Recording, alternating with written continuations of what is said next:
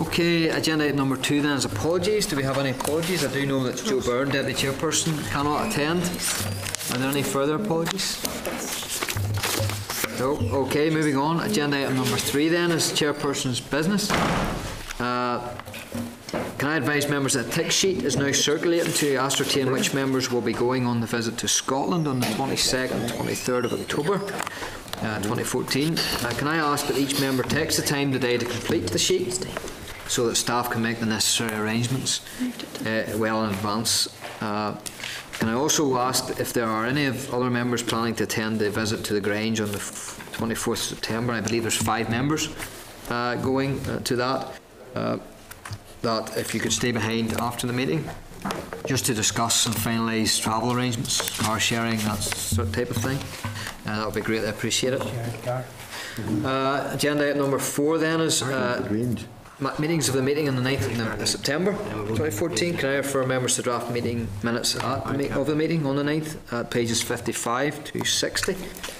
Are members content with the draft minutes? If so, I will say. Agreed, members? Yep. Agreed. Okay, Liam, thank you very much. Agenda item number 5 then is matters arising. Can I refer members to the matters arising in pages 63 to 68 and also the index sheet at pages 62. Any comments, members? The oil area regulations 2014. Members content enough? Okay, moving on then. Agenda item number 6. Then we went to a series of SRs, statutory rules. Agenda item number 6 is SR 2014/184 Animal Byproducts Enforcement Amendment Regulations Northern Ireland 2014. Can I refer members to the memo from the clerk at pages 70 and papers from the department at pages 72? Can I advise members that the SR last came before the committee at SL1 stage on the 19th of March 2013? Is that 2013 or 14? 2014, 16th of, sorry, 2014. Sorry, 2013. 2013. Sorry, 2013. Okay. There was a further letter in 2014. Sorry. Yeah. Okay. Well, the SL1 came then at 2013, 19th of March. At which stage there were no issues identified with the merits of the policy. The committee were then advised in May 2014 that consideration of the SL1 by the executive had been postponed due to DEFRA making further amendments to their corresponding draft regulations.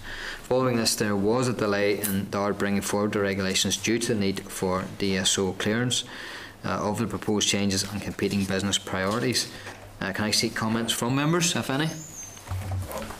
Can I just say that has this regulation been overtaken anyway by subsequent EU legislation?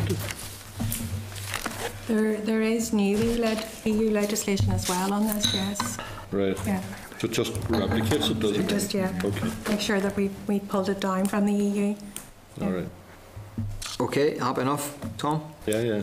Okay, if content then, members, I'll put the question that the Committee for Agriculture and Rural Development has considered SR 2014/184, the Animal Byproducts Enforcement Amendment Regulations Northern Ireland 2014, and had no objections to the rule.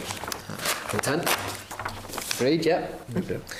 Agenda item number 7 then is SR 2014/196, the Trade in Animals and Related Products Amendment Regulations Northern Ireland 2014. Can I refer members to the memo from the clerk at pages 86 and the papers from the department at pages 89? Can I advise members that the regulations last came before the committee on 24th of June 2014 at SL1 stage and no issues were raised? Following comments by the examiner of statutory rules in respect of regulations 10.1 and 10.2, the department gave an undertaking to revoke this regulation, and this has now been included in the amendment. No further issues have been raised. Can I seek comments from members? If there are no comments, then I'll put the question that the Committee for Agriculture and Rural Development has considered SR 2014/196, the Trade in Animals and Related Products Regulations Northern Ireland 2014, and has no objections to the rule. Agreed? Okay, moving on then. Agenda item number 8 is SR 2014/209, Sea Fishing Licences and Notices Regulations, Northern Ireland 2014. Can I refer members to the memo from the clerk at pages 96 and the papers from the department at pages 98? Can I advise members that the regulations last came before the committee at SL1 stage on the 25th of February, at which stage there were no issues identified with the merits of the policy? Can I seek comments from members? If none, then I put the question that the Committee for Agriculture and Rural Development has considered SR 2014/209, Sea Fishing Licences and Notices Regulations, Northern Ireland 2014, and subject to comment from the Examiner of Statutory Rules, has no objections to the rule. Agreed? Okay, moving on then, members. Agenda item number 9 then is correspondence. Can I refer members to the correspondence received at page 112? 113. Can I refer members to 2 requests to present to the committee and ask members to take into account the pressures that is on the committee time on our forward work programme.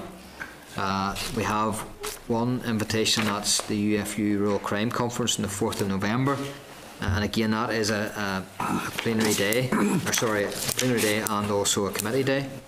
The conference is at the Crumlin Road Jail. It is a very important issue with regards to rural crime. It's something we have been on top of here in the committee. But again, I think members, we should note this, and then if members want to attend, you can certainly attend in the morning, and then come back here then obviously for the committee and whatever plenary business then we would have. There's no agenda, just a notice on it yet? No. Project. No, Quite no. an unusual place to have it for rural crime. Yeah. You're right. I wish that there were more people partaking in rural crime in prison. But maybe not Crumlin Road Jail at this present time. It's non-used. I'm saw all that, sure, is it? There's It's from 4 o'clock, from 9:30 to 4 o'clock. And then we have the Northern Ireland Retail Consortium, the launch of a paper entitled Retail and Agri-Food in Northern Ireland, Investing in Our Futures. And then to note and consider receiving an oral written briefing. And again, members, whilst I think this will be very useful to hear, a written briefing may well be enough. And it could well tie into the work we're doing, visiting the Grange, and then also our trip to Scotland. So it will certainly be worthwhile to receive information on this. Okay.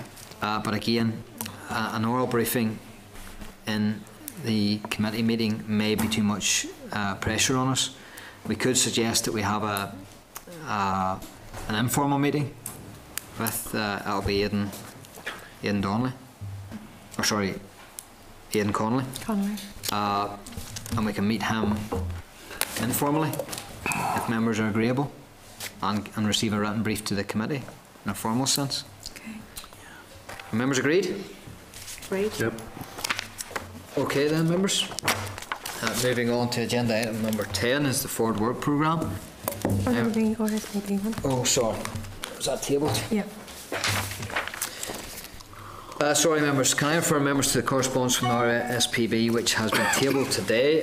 RSPB has requested to present to the committee on the Rural Development Programme and on agri-environment schemes on the 14th of October. Now there is space for an additional briefing on that date.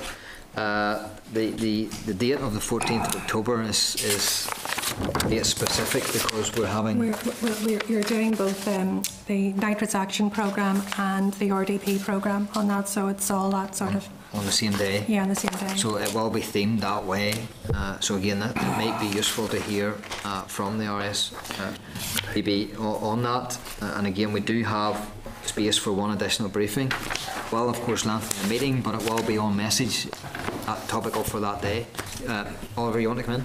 Oh, sorry, Chair, I was filling on that form there. I thought. Oh, sorry, I thought you were indicating that you wanted to speak. My fault. No, sorry about that. Any comments, members? Any? Chair, just if I have room and it's on the same theme, you know, might be useful to have it then. Yeah. Chair, I'm just conscious though you could have quite a number of interested groups in that scheme. Okay. And you could have a lot more requests if they hear RSPB are coming in. Yeah, there's always that danger. I'm just thinking it may be useful to keep it under consideration as opposed to just agreeing to it. And maybe if necessary in that they hold maybe a stakeholder session at lunchtime or something even. You know, with a number of groups with it can put Yeah. their points over or something. It's only a thought, Chair. We could keep it on under review. Do you want to get a Up to the nearest written time. brief on it first and have a look at that and see then what do you think? Yeah. Yeah. I think we should always invite written briefs because we need to be informed of the potential problems out there. I know that the charity is concerned with some aspects of the agri-environment schemes and again the new rural development programme coming in. So they have concerns. So we should be hearing from them most definitely in a written brief. But we'll keep it under review then with regards to an oral session then, and then make up our minds near the time and put them on hold. It's not that long away. It's not that long away, of course, but they should be. They'll be agile enough, I would imagine, to be able to do that. It may be the case that they'll be up in the audience anyway on the same day, you know. So. Okay, members. Then moving forward, then to the forward work programme, agenda item number 10. Can I refer members to the forward work programme at pages 115, and then beyond the pack. Can I seek agreement then for that forward work programme with the amendments from last week? And again, I would ask members to note that obviously there's various pressures and lobby groups come to speak to us, and again, our gut instinct is to ask for an oral briefing at the committee, but please note as you look through that forward work programme that we have very little space and slack capacity at this time, and that will burden it even further with additional oral briefings. So if a written briefing can do and give us the same information, then we should always go down that route. Are members agreed then with the forward work programme? Agreed. Okay then, members. Agenda item number 11 is the ministerial briefing, which is scheduled for 40, like 10 minutes. Do you want to suspend for 10 minutes? What? Then? Suspend for 10 minutes. There's nothing else we can usefully do in 10 minutes, so.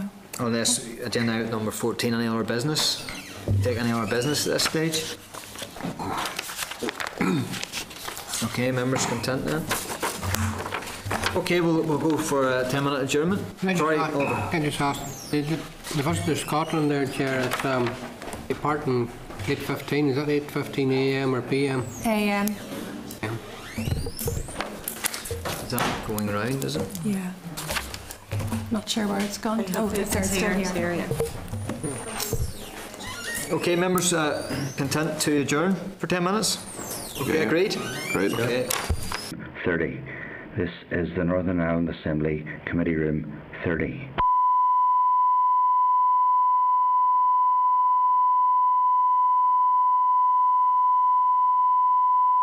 This is the Northern Ireland Assembly Committee Room 30. This is the Northern Ireland Assembly Committee Room 30.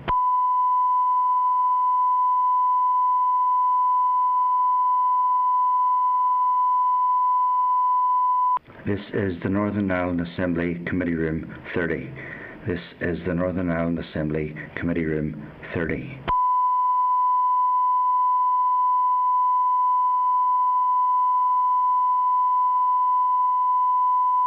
This is the Northern Ireland Assembly Committee Room 30. This is the Northern Ireland Assembly Committee Room 30.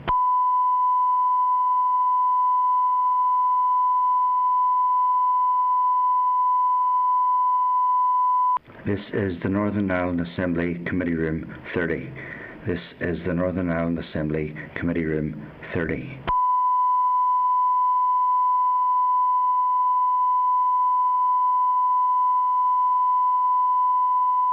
This is the Northern Ireland Assembly Committee Room 30. This is the Northern Ireland Assembly Committee Room 30.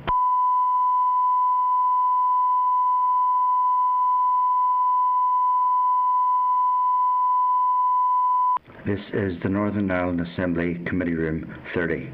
This is the Northern Ireland Assembly Committee Room 30.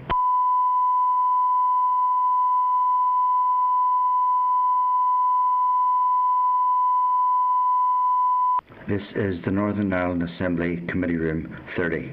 This is the Northern Ireland Assembly Committee Room 30.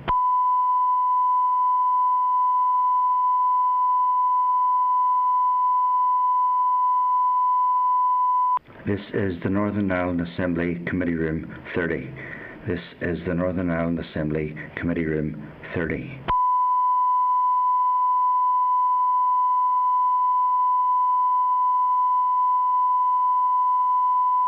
This is the Northern Ireland Assembly Committee Room 30. This is the Northern Ireland Assembly Committee Room 30.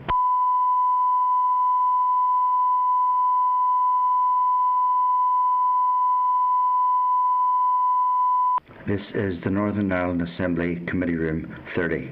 This is the Northern Ireland Assembly Committee Room 30.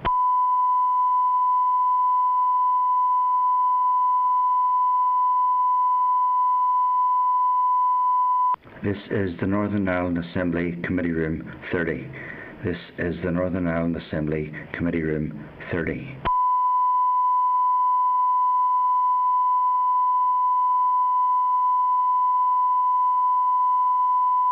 This is the Northern Ireland Assembly Committee Room 30. This is the Northern Ireland Assembly Committee Room 30.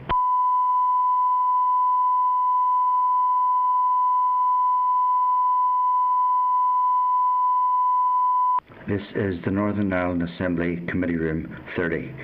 This is the Northern Ireland Assembly Committee Room 30.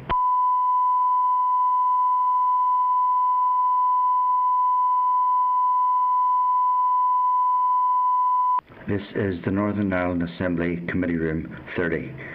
This is the Northern Ireland Assembly Committee Room 30.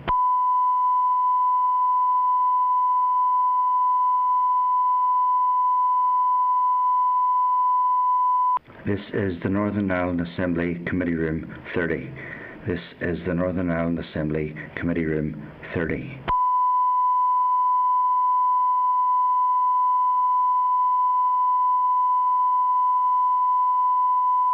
This is the Northern Ireland Assembly Committee Room 30. This is the Northern Ireland Assembly Committee Room 30.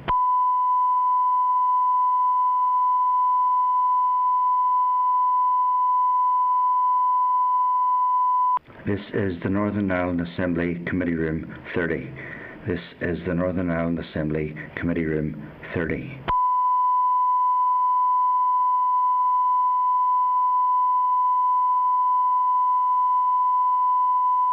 This is the Northern Ireland Assembly Committee Room 30. This is the Northern Ireland Assembly Committee Room 30.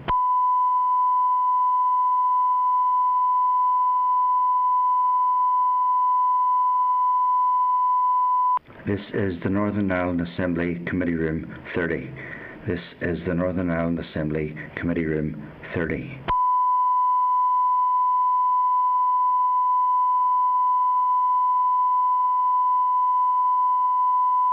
This is the Northern Ireland Assembly Committee Room 30. This is the Northern Ireland Assembly Committee Room 30.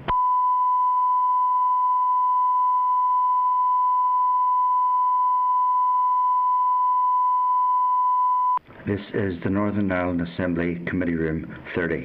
This is the Northern Ireland Assembly Committee Room 30.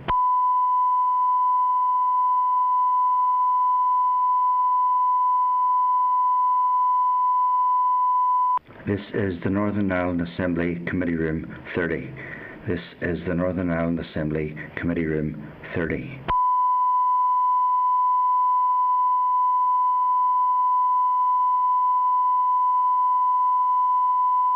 This is the Northern Ireland Assembly Committee Room 30.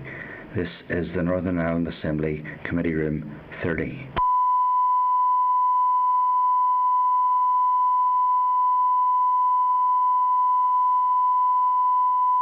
This is the Northern Ireland Assembly Committee Room 30. This is the Northern Ireland Assembly Committee Room 30.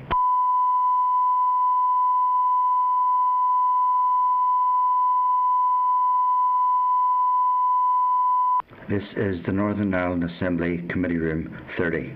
This is the Northern Ireland Assembly Committee Room 30.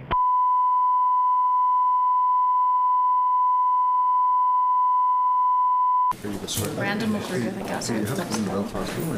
Probably have that 1937. Really no Coming in here, put it away from here. You know, something you know, like that they're doing, you know, in I wouldn't mind if it's coming in gold.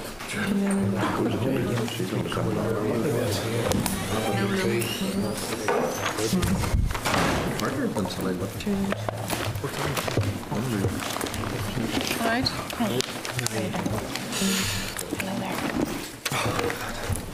not going to.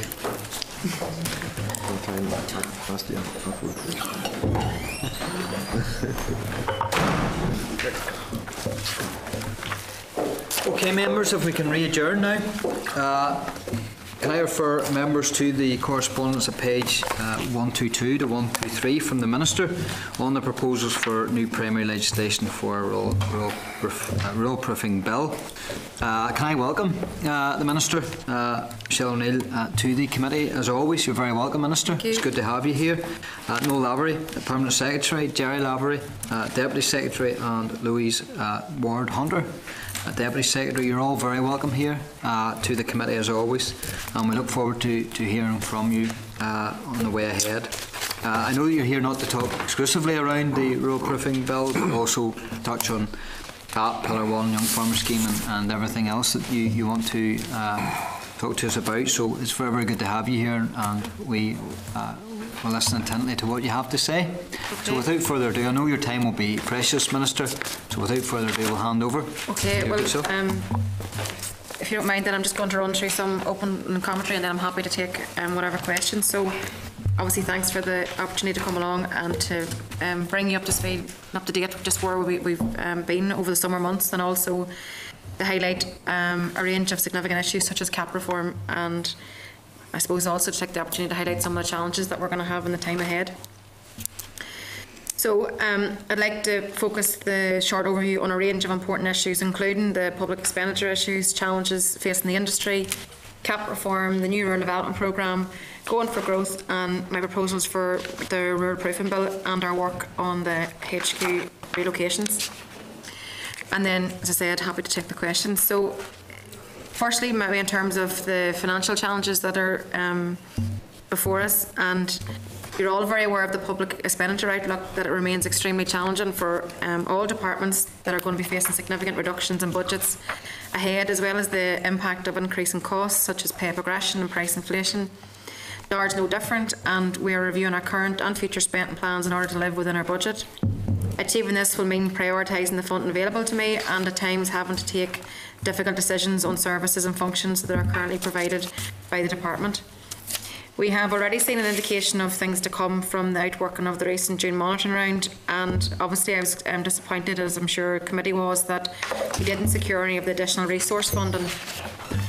We will be presenting bids to the executive as part of the October monitoring round exercise, and my officials will make sure that committee are fully briefed at your meeting on the 30th of September. Obviously your support is vital if we're going to be successful. We're still finalising the position, however at this juncture it's fair to say that we'll certainly be including a bid for TB compensation of just over 7 million. It's vital that we secure these funds in this monitoring round, as the compensation paid to farmers is a legal requirement, and insufficient budget cover has been allocated to the department's baseline as part of Budget 2010 process, so it's vital that we continue our investment also in the LIPIS systems. The 15-16 as a standalone year is obviously going to be challenging, and difficult decisions will have to be made. However, we're looking at a range of approaches as set out in our corporate plan that will deliver the necessary savings, and this will include securing additional income streams such as EU funding, more efficient use of the DAR estate, and identifying lower priority programmes. No decisions have been made yet in relation to the savings in the 15-16 financial year. However, I will ensure that the committee is appraised of developments over the coming months.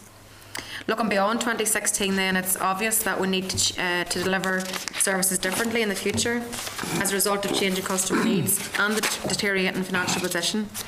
I'm committed to this change and addressing the needs of the customer, with an increased number of services becoming available online. I think it's a positive development, as the modern farmer requires access to services 24/7 and not just on the current 9 to 5 offering. We're currently reviewing the existing operating model within the department and are working to have a new high-level design completed by the end of this calendar year. Within the programme of change associated with CAP reform, I'm looking at opportunities for more integrated delivery, which should produce greater efficiency. Again, I'll ensure that you're briefed on all these important developments as they progress. Turning then to some of the very significant challenges that are facing the industry currently. The beef sector has been facing a very difficult time as producer prices have been falling since the beginning of 2014. And although prices have stabilised during the summer months, they remain well below where they were a year ago. I can assure you of my continuing commitment to the beef industry. As I've said many times, and I know the committee shares this view, that we want to see a strong, profitable red meat sector, and that can only be achieved if there's fairness in the supply chain.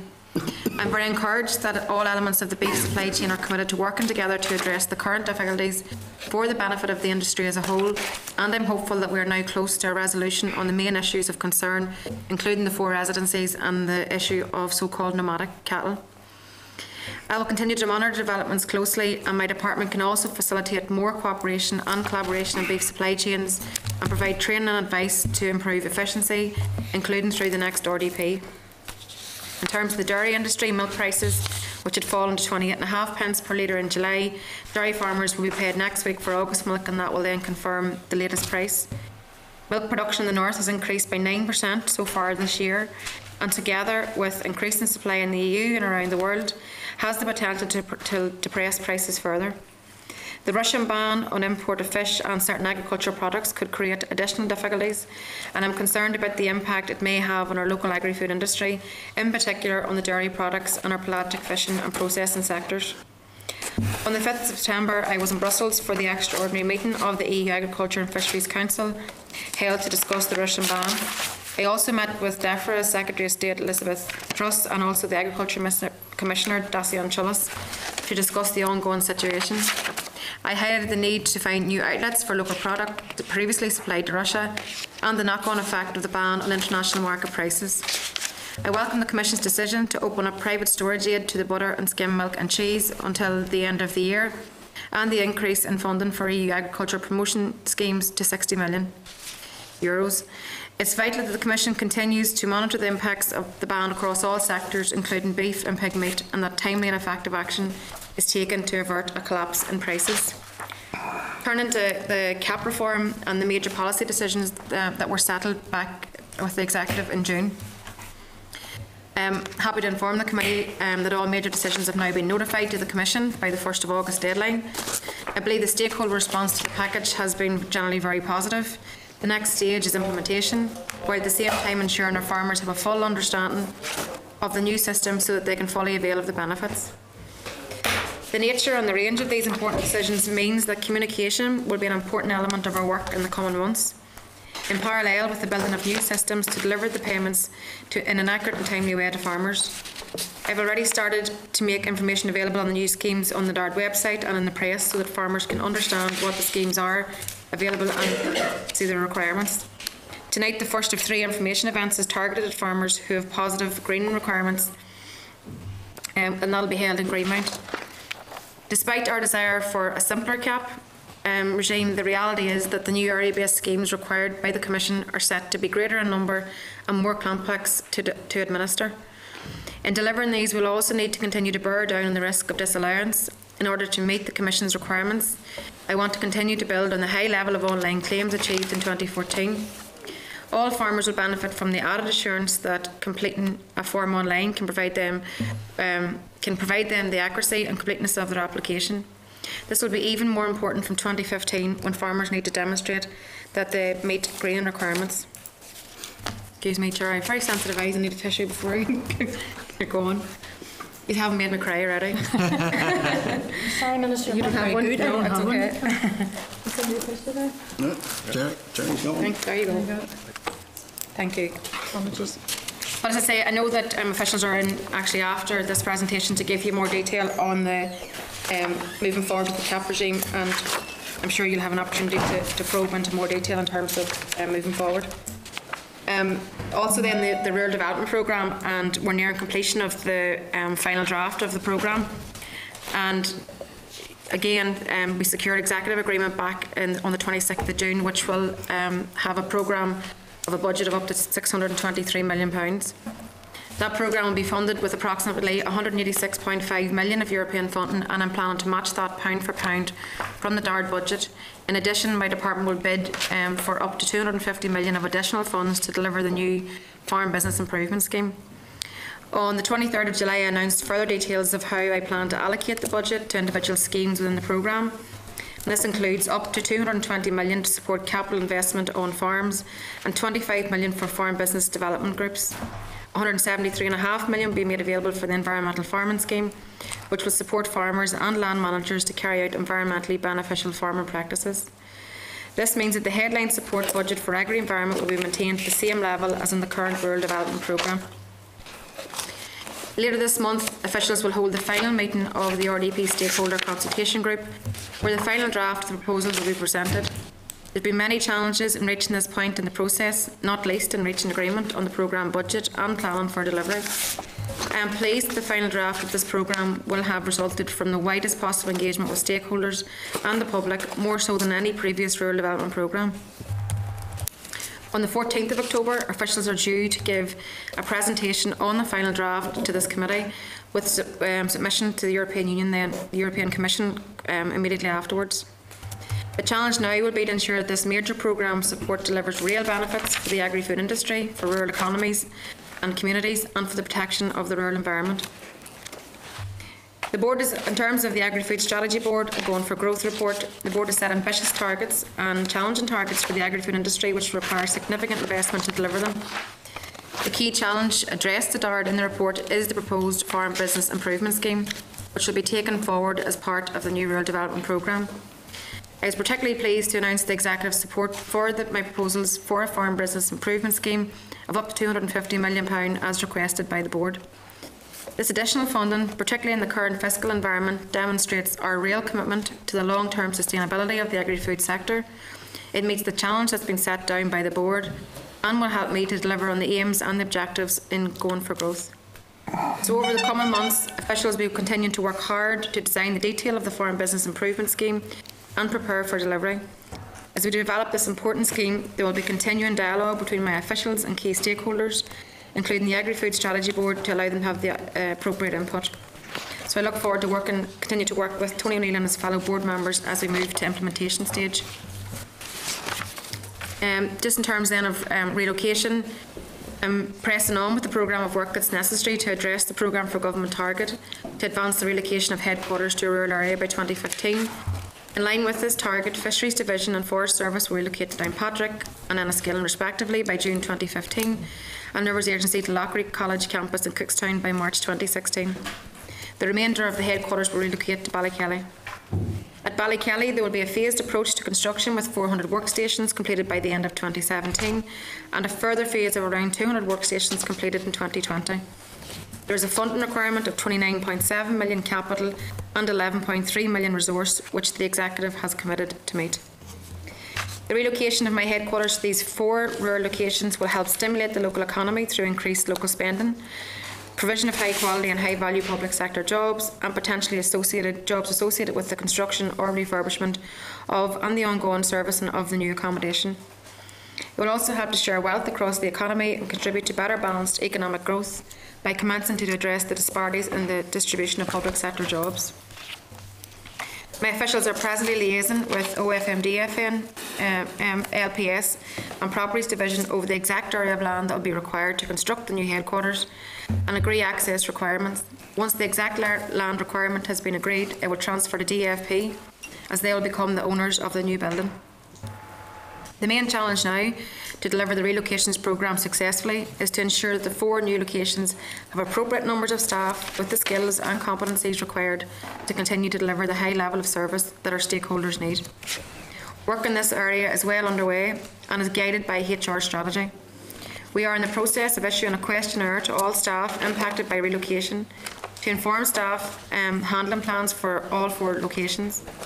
On the 18th of November, officials are due to give a detailed presentation to the committee on the entire programme. You'll be glad to hear I'm coming towards the end, but when I attended the committee back on the 1st of July, I'd said that I plan to refresh the Rural White Paper Action Plan with other departments and that I hope to bring forward positive news on this in early September. I am pleased the process is now underway, and I hope that we will have a refreshed action plan agreed during 2015. I see the action plan as a live initiative which should continue to deliver real and meaningful outcomes for rural dwellers. For my part, I've been exploring opportunities for strengthening rural proofing within government to ensure that the rural needs and circumstances are routinely considered in policy making. As you'll be aware from my letter to the Chair, having considered a range of options, I now intend to progress primary legislation on rural proofing during this Assembly mandate, subject to executive approval. I acknowledge the timescale for enactment of a bill is challenging. However, this is an important bill which will provide my department with a firm basis for promoting rural proofing across government. I hope the committee will support the bill, which I believe could help deliver outcomes and indeed help shape the bill. So that is, sorry if that's a bit long, but it's just trying to go through all the main issues and with yourselves then. Thank you very much, Minister, and we understand that you will need time for your presentation because you have covered so much information on all spectrums and of governance there with regards to your remit and your role, so there's no apology needed for that. Can I ask members, just before we do go into questions, I will try and keep this as tight as possible, members. I would ask you to keep to one topic and one question, and if you want to explore that with supplementaries, I will allow that, but please have one issue and one issue only. There's enough members here to cover all the topics and all the issues, and if we have time we will go round again with further questions. We need to keep it tight. We need to make sure anybody who wants to speak can get the opportunity to speak. Minister, I'll try and keep to my own advice there and ask you, and whilst I could ask you all sorts of questions which covers that wide spectrum which you've covered, I will pick up on your latter point as chair of this committee, and that being the need and the usefulness of a new rural proofing bill. I understand the rationale, I understand the concept, but we do have a rural white paper action plan, and from what I'm led to believe by your letter, that this new legislation will be non-statutory. It will have no statutory duty on any other departments or in any shape or form. So I suppose the question I would pose is, what sort of legislation can be produced that's not statutory?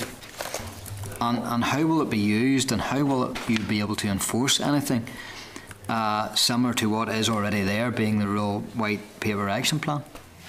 Okay, fair enough, and obviously we're at early stages of the bill, and you're absolutely right, we do have the Rural White Paper, and as I said, I've tried to make sure that's very much a living working document, that departments aren't just tick boxing and saying, well, they've done their bit and that all looks great. I think it has to be something that's ongoing, and we want to ensure that departments are serious about their commitment to rural communities. I think that whilst we have in all departments policy people who engage in rural proofing training, it's a small element, and I'm not quite sure how much that is actually taken on board. I think that we have an opportunity with this legislation, which is, I set out my indication to move forward with it, and Louise and our team are working their way through it. It is still early days, but suffice to say that it's about just making sure that there's more fair and equitable treatment of rural communities in terms of policy development. And your point around will it impose statutory duty on other departments is a valid one.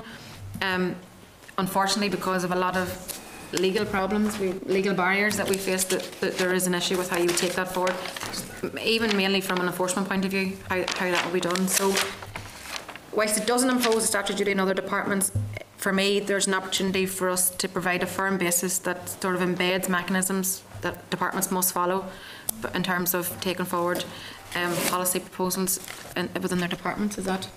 Yes, is really where we're at with it. It is indeed, Mr. Chairman. Minister, very much the proposed legislation would support the notion of the process and try and make sure that it is firmly embedded right the way across government, and indeed through other organisations. We look to the future, the new councils as well.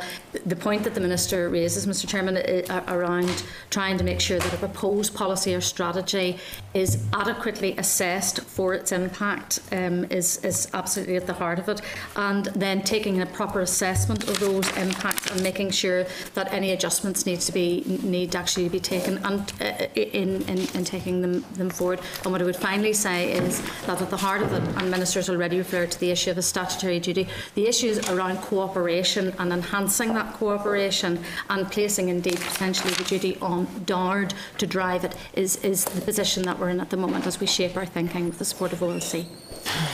But obviously I'll go back to committee for full scrutiny as we go through normal, and I'm assuming that this is something that I know stakeholders are keen to see developed.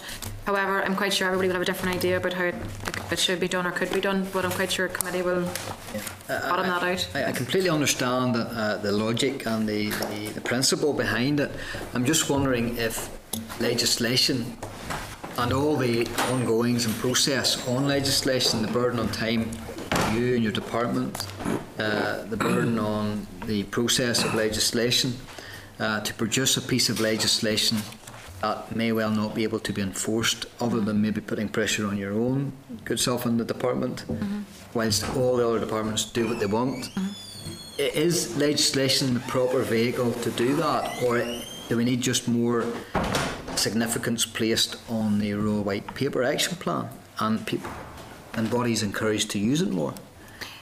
I think it's a combination of both. I think we do need to have the latter also, and that will be ongoing. This just would give us, I suppose, a bit more teeth in terms of being able to compel other departments to make sure that they're also very mindful of the needs of rural communities in terms of policy development. And you're absolutely right. In terms of time frame and things, we set everything out, and we're working our way through the process and trying to deal with all legalities. And we will have to come back and talk to you in more detail as we get further down the line. At this stage, really, what I've said to you is as far as I can go in terms of development and taking it forward. It's really very much a live piece of work that we're engaged in.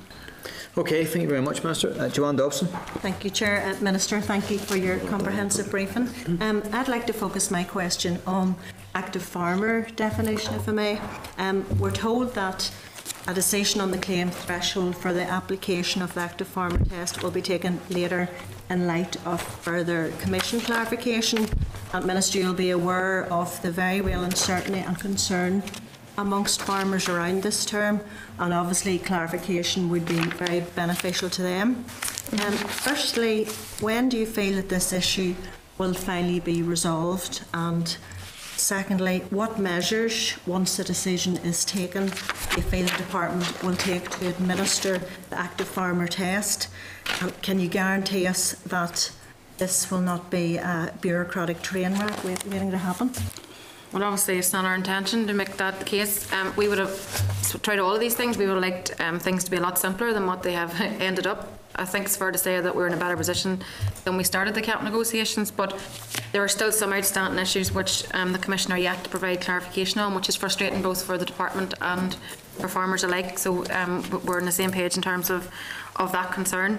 But I suppose in terms of DARD and taking it forward, and you'll have Norman and the team actually up after us, and you can really bottom this issue out. But our job is to make sure that only active farmers have the established entitlements in 2015, and that's intended to deter. I think we're going to do a number of pieces of work over the next number of months, or actually maybe in the immediate future, particularly around writing to people who we believe are letting their land a Conacher who aren't the active farmer. So we're actually alerting them to the fact that they may not be entitled to claim, in my position to claim this time next year, so it allows them to make business decisions and maybe make some changes.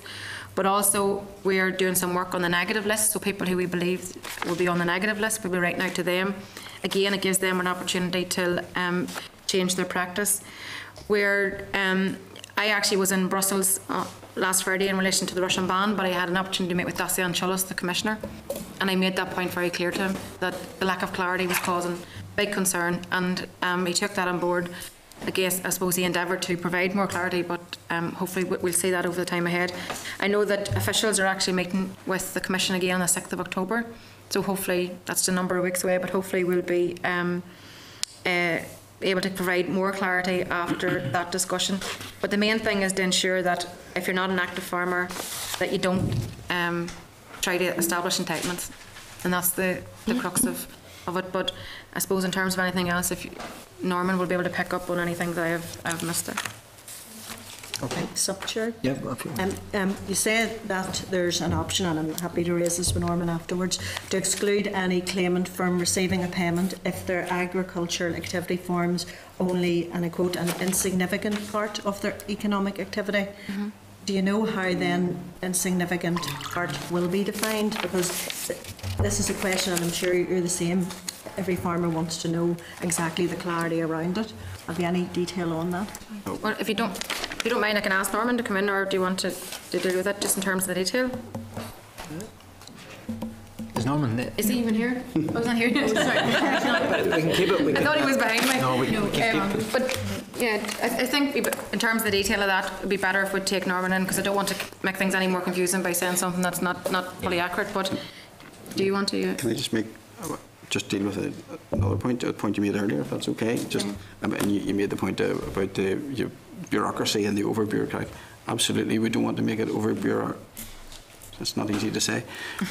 Bureaucratic. Over-bureaucratic. But obviously mindful, and I'll be advising the Minister about the disallowance that we've suffered, and we don't want to be there again. I mean, I think coming up to 100 million, Gary. So, and as the Minister said, simpler cap, I don't think so. It is a more complicated cap. So we'll have to put in place robust systems. We'll be endeavouring that they aren't overly bureaucratic, robust systems. Okay. Chair, I suppose I should have declared my husband's a beef farmer from the... Okay. Alderman Mullen. Yeah. Thank you, Minister, for the presentation. Could you give us an update on the nomadic situation? There's been a lot of talk about what's the present position. Yes, well, obviously, and I know the committee had a keen interest on both this and the residencies issue and over the last number of months, and it's been an issue that's affected, I suppose, a considerable enough number of farmers who had that long history of trade that created there, and obviously that's something that I aspire to have that all-island trade, and make sure that we remove any barriers that there are. We've made significant progress, I believe, in terms of dealing with the issue. We have a processor that has approached the department and asked to apply a voluntary label. So we're still meeting all our EU requirements in terms of where the beef was born, reared and slaughtered, but there's a voluntary label that's been accepted. So discussions are ongoing with the processor and then a new market for that beef. We're hearing very positive soundings, and hopefully we'll be able to confirm that over the next number of weeks, but certainly there has been significant progress made on the issue. Okay, William Urban. Thank you, Mr. Chairman. And just touching on Joanne's question in relation to the active farmer, I think it can be quite difficult because I'm a farmer myself, of course. I'm very aware that there's many farmers farm quite a portion of the land, but maybe set out a little bit of the land. I mean, knowing where that line is going to be drawn, I mean, it's going to be quite difficult because if someone legally challenged, if they were an active farmer, they may only be farming a third of their land and maybe doing something else the rest of it or renting it out. I mean, it's going to be difficult to get a clarification that actually stands up, if you understand. If active could mean not that active, if you understand. So you have no clear guidance on this at the moment. As I said, it's still not clear from what No, and that's what I said at my opening remarks to the previous question was, I don't agree with the position that the fact that Europe have taken so long to give us the clarity that we require to be able to provide farmers with the clarity. So it isn't an acceptable position. So all we can do is continue to lobby the Commission, which I have done personally, and which Norman and the team will be doing next week or on the 6th of October, whenever they go out. We're seeking to provide as much clarity as possible. Unfortunately, given how Europe works, and you know that yourself from previous experience, sometimes the information comes well after the fact. So we have an obligation to avoid disallowance and any fines. So we want to make sure that we get this right from the start. Yep. This is significant change for farmers in the farming community, with the whole support system changing. So we're endeavouring to get that information so we can provide it as soon as possible. I mean, again, as the Minister said, the main thing is to ensure if you're not an active farmer, don't attempt to establish entitlements. Clearly, land goes out in Conacre, it's a question, you know, you must be active on each field. Yeah, that's, I mean, you'll still want to talk to Norman in more detail about that, but that's the principle if you're in Conacre. the issue that I wanted to ask actually was the definition of head of holding, which is also not clear. And I'm not sure you're any further forward on that one either. Unfortunately, it's the same answer as the previous one. That's one of the key issues which I personally raised with Dacia and Chullis last week, and we'll continue to pursue that with the Commission, because we've had such a great uptake of young farmers wanting to get sign up to the course to take forward the level 2 qualification. I mean, I think we've had, I don't know the number. Over 3,500. That's you know, very significant, the number of young farmers that are actually taking on that role as head of holding. So we want to be able to provide the rest of the clarity that's needed so families can take decisions just on how they're going to take things forward next year when it comes to making their claim. So all we can say is that as soon we're pushing for clarification, and as soon as we have it, the committee will have it, as well as the wider planning committee. So can I ask for clarification? 3,500 have applied for a level 2 course. Yeah. Yes, you know, as part of the criteria, you had to have a level 2. So And how does that relate then to head of holding? Have we seen a change in head of holding out of that? I think it's a surprising enough figure that that's the number of people that have come forward to that believe that they may be eligible to apply for. And of course, you'll have a mix in that of people who are certain to apply and people who maybe are just hedging their bets in terms of making sure they have the qualification if they wanted to claim next year. I have another question, but I'll let you come right. Okay. Sorry, Chair, just I mean, on that, CAFRE are writing out to all who've applied, because you know we're surprised by the level of uptake. You know, seeing the evidence that we currently would use to assess head of holding, request information about their availability, and you know, making sure that registered and they understand the requirements. Just clearly we want to make sure that everybody who goes to the course, you know, is going to be able to be you know, apply for the head of holding. Yeah. Do we have the capacity and the facilities for the uptake? It's certainly more than we expected, but yes, we'll accommodate everybody to make sure that nobody loses out because we couldn't give them the course. It's a requirement on us to deliver the courses, we will. It was part of the consultation that there was a fear that people would lose out because they didn't have the relevant qualifications, so this was obviously our attempt to try and accommodate everybody, so okay. In terms of facilities we'll make it work. Good to know. Dale McLear. Thank you. Minister, I want to bring on to the Rule of Evidence programme, and I know that you had stated that your intention was to get the Commission to sign off on the programme here, that you would waste no time in terms of getting it actually out into the communities and the people to apply for it. Is that process on course?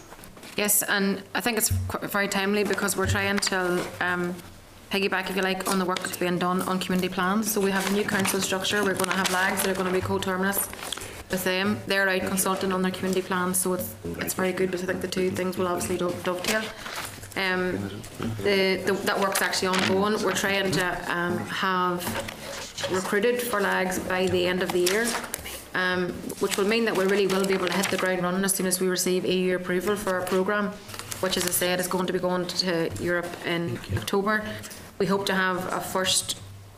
Now they're working their way through it, assessing the programme with officials, and we're hoping to have a first indication on that in January, but with formal sign off by end of March, April.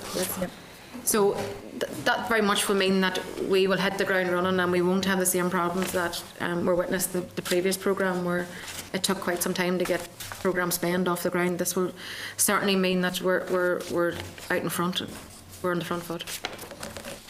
And when do you expect the Commission, when will the Department be sending their document or their programme to the Commission for their consideration? We're before, the officials are before the committee in the in October, yes, middle of October, 14th of October, and then straight after that sign off we will go to Europe with the plan. Thank you. Okay, Tom Buchanan. Thank you, Chair. You've set out dates for the relocation of the headquarters. Do you feel you're on target, or you will be on target for those? And the capital money that you're looking about and the revenue, do you think will that be forthcoming, or will there be any? Will that be affected in any way if there's no agreement on welfare reform? No, well, I mean, in terms of moving forward, the executive's very clearly made its commitment known in terms of moving forward for the headquarters back in June when we had the number of issues agreed. Very clearly, the executive position was that they will provide the required funding requirements of both the capital and resource money that was asked for. So I'm confident that yes, that all the work that needs to be done is being done, that we're working our way through the process. I'm very mindful of staff and making sure that staff feel comfortable with the arrangements and moving forward. So we have everything in train, and I'm confident certainly in terms of time frame. Is it difficult budget climate? Absolutely, it's difficult budget climate.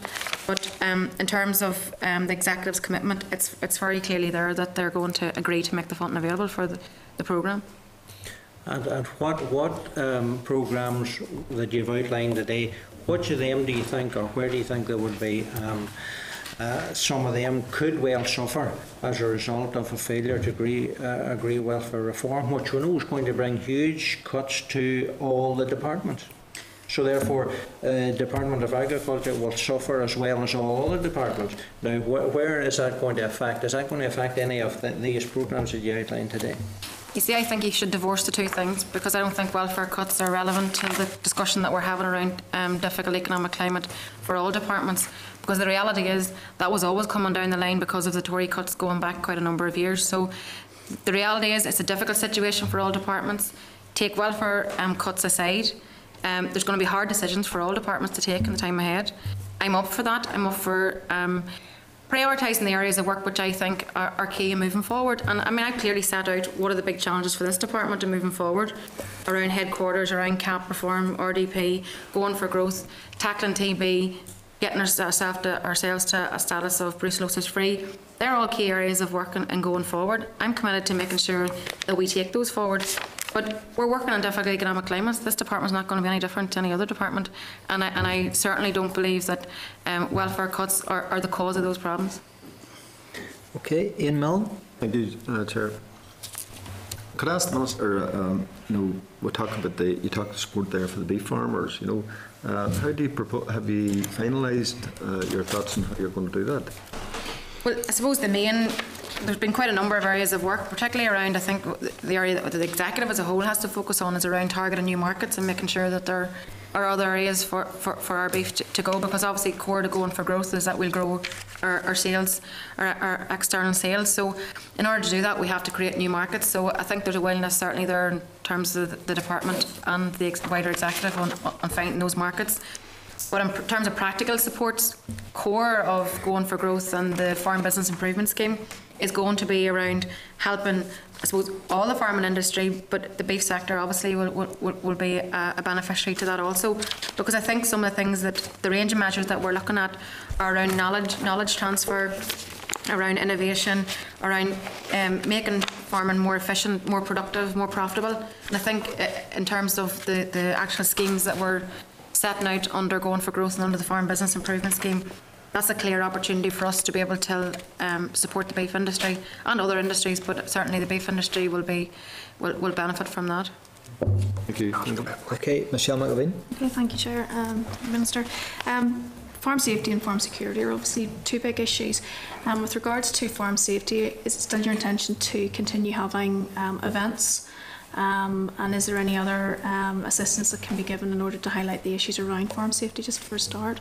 Yeah, well, absolutely. I mean, farm safety is everybody's priority. HSE take the lead, as you know, through the sponsor department, DETI, but our department plays a very key role in moving forward.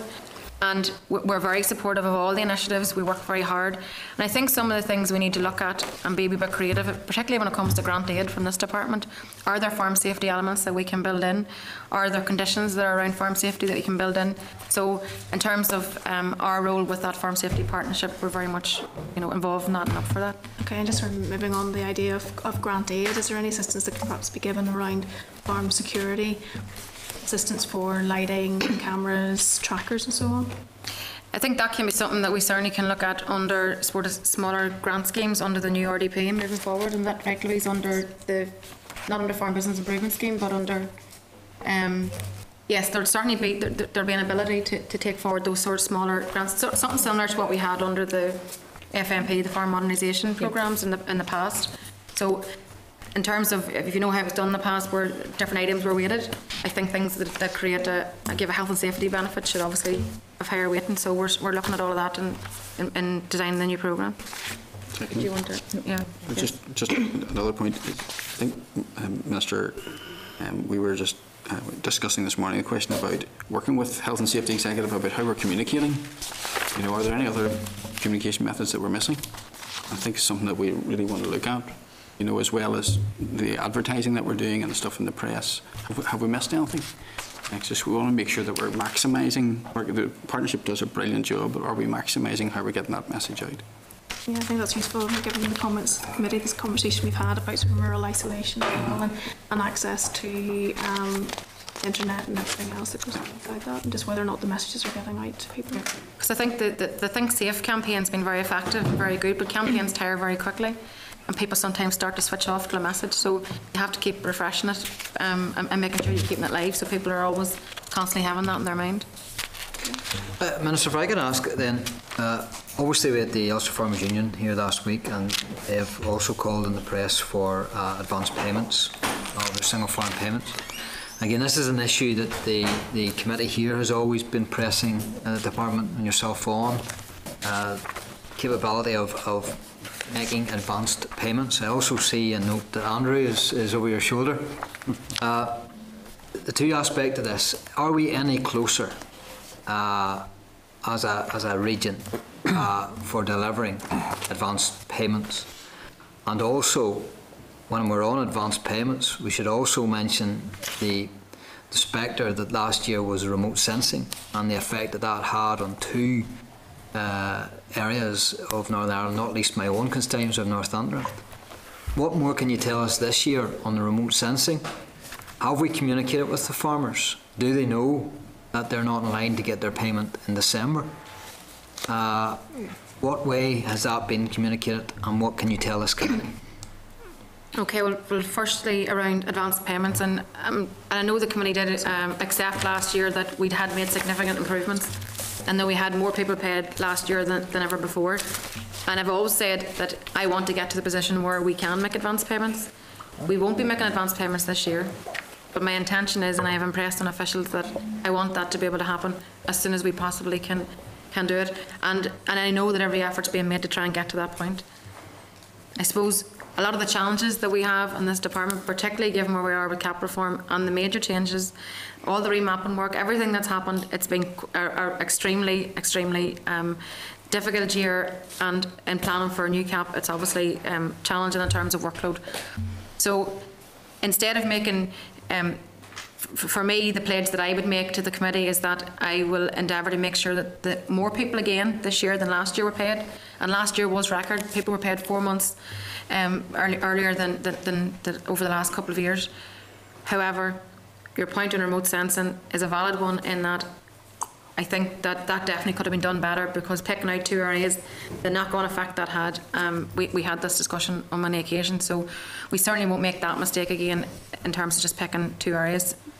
I suppose some of the challenges are around, whenever you're using the satellite imagery, is the geographical area that you try to confine it to. But that being said, I made it very clear to Andrew and his team that in terms of this year, that we would improve things and do things better.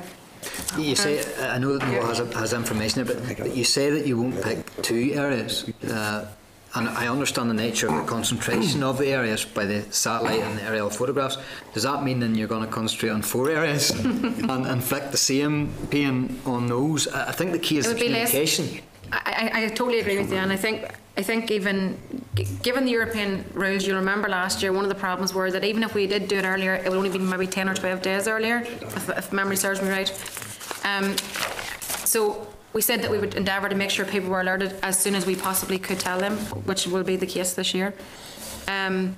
We said we'd increase the inspections to 500, yeah. So I'm making it right, 500 this year, and 4 areas is correct. Now, that would be less people in those. If you remember, the problem was that there was so many people in an area, so it had an impact on the feed mills and everybody involved in the agri-food industry. This will, I suppose, in a way, it'll spread it out a wee bit more. It doesn't mean it shares the pain, but it certainly means it's less concentrated in 2 areas. Okay, thank you. Joanne Dobbs. Thanks, Chair. Could I maybe go back to rural proof? I know you touched on this at the start with the Chair, and in your letter to the Chair, you said that legislation is currently at an early stage. The Ministry, you will be aware that much legislation which will impact on this is at an advanced stage. I'm thinking in particular area planning, transforming your care, etc. So you plan for legislation to go through this mandate. So what impact do you feel it will have on other legislation, this mandate? Because you're aware, as we all are, on the real concerns amongst our rural communities. I'm thinking particularly with closure of doctors' surgeries, with post offices, all those, and most importantly schools. So many rural dwellers feel that the heart has been ripped out of their community and villages. Are you concerned? Do you have concern that possibly this legislation will be too little too late?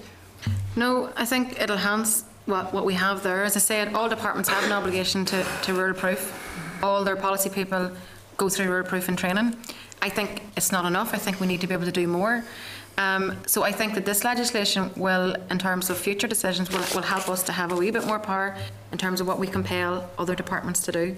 So starting not a case of too little too late, for me it's going to very much give us an opportunity to enhance and to compel other departments to properly and actively make sure that everything they do take forward is rural proofed, because you're very aware of the challenges, and we know that quite often in rural communities, the post office, the school, the bank, whatever, they're all at the heart of that small community. Yeah. So it's this, for me, this legislation can only improve the picture.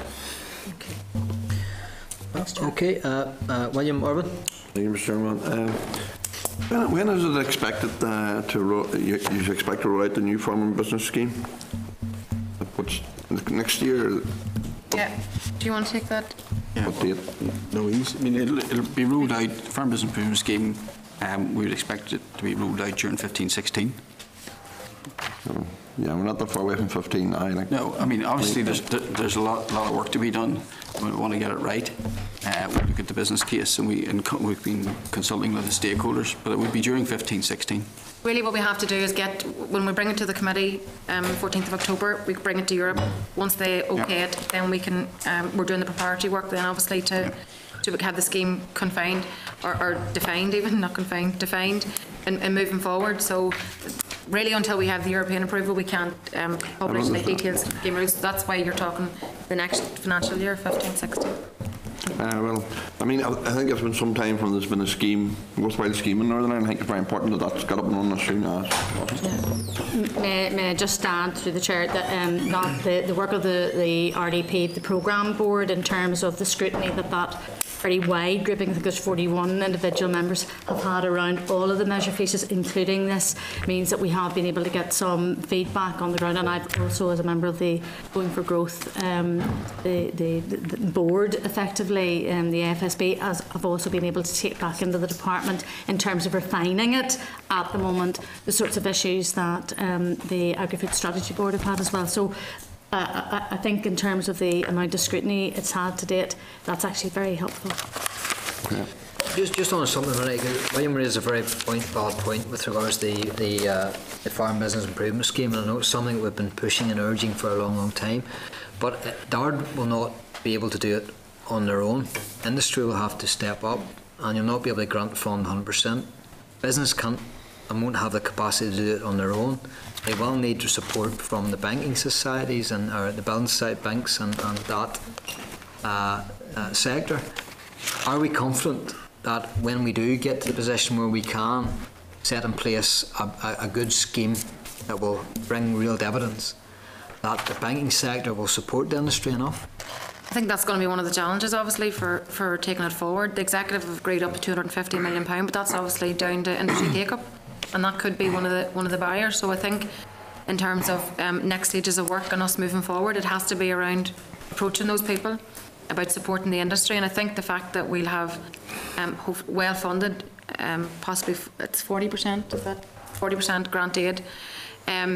You would like to think that would then obviously attract those funders to be able to assist the farming community, but it very much will be down to to the individuals coming forward. We want to do a piece of work around trying to encourage people to come forward, trying to sit them down and talk them through their options for planning their business. So basically putting a business plan together so that whenever the funding itself does go live, that we're able, that they have everything in place in order to go to a funder if that's what's needed, and then to come forward for grant aid. So there's certainly a lot of work to do there to make sure that we have that industry buy-in and that industry take-up.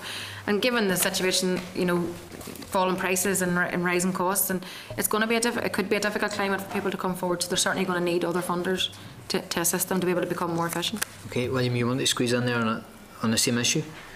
Yeah, I think that probably will be an issue, but I do think the banks are more relaxed than they were. Actually, some banks are actively encouraging investment at the moment, so I think there is a move in that direction, so hopefully that will continue if prices don't continue to downward spiral, you know. Yeah. Okay, Michelle McAveen. Thank you, Chair. We all recognise the vital and exemplary work that's carried out by AFBI. Obviously, in regards to budget cuts, there's obviously concerns that the level of commitment may be reduced. Can you give a commitment to AFBI? Yes, I mean, just to be clear, AFBI's not been singled out. There obviously, as I said, difficult economic climate for every department, and AFBI isn't being treated any different to any other element of the department. You'll be aware that in terms of my department's budget, we have a resource budget of about 196 million, I think it is, and about 106 million of that is for staff costs. So there's quite significant pressure on things that we are inescapables. But AFBI receive something around 18% of that, the rest of that resource money, which is about £40 million. So AFBI, like other elements or other areas in the department, have been asked to look at, to bear down on costs and see where they can make savings. I think there's been a bit of, I'll say incorrect reporting in terms of, or maybe a wee bit of misinformation around what's the situation in regards to AFBI. AFBI have something like 70 projects, research projects that are ongoing that have been commissioned from the department across all areas of work, and that's ongoing. There hasn't been anything commissioned new for 14-15, but there's certainly for next year plans are already in place in terms of what we're going to prioritise and what research we're going to commission for the year ahead. So just in case there's any, there's no singling out of AFBI. It's just part of the prudent financial management in terms of the department and looking at all areas of work where we can make some savings. Okay, and obviously to do a considerable amount of work around fisheries too. And as my segue, can I ask for an update in relation to the fisheries task force? I don't have that with me, or I might have it if you give me a second. But yes, I agree with you in terms of AFBI being important in terms of the fisheries, particularly whenever it comes to December, whenever we go out and argue our case, and we need to go out and have a scientific basis to our arguments, so they're key in terms of moving forward. I'm just told here that the second meeting of the task force took place on Thursday the 11th, and there was a number of areas discussed, particularly around obviously the EMFF and making sure that there's more correspondence, I think, and more communication, and making sure we get that funding closer to the ground. So that was an ongoing discussion, also around the fleet economics, fishing opportunities, and CFP reform.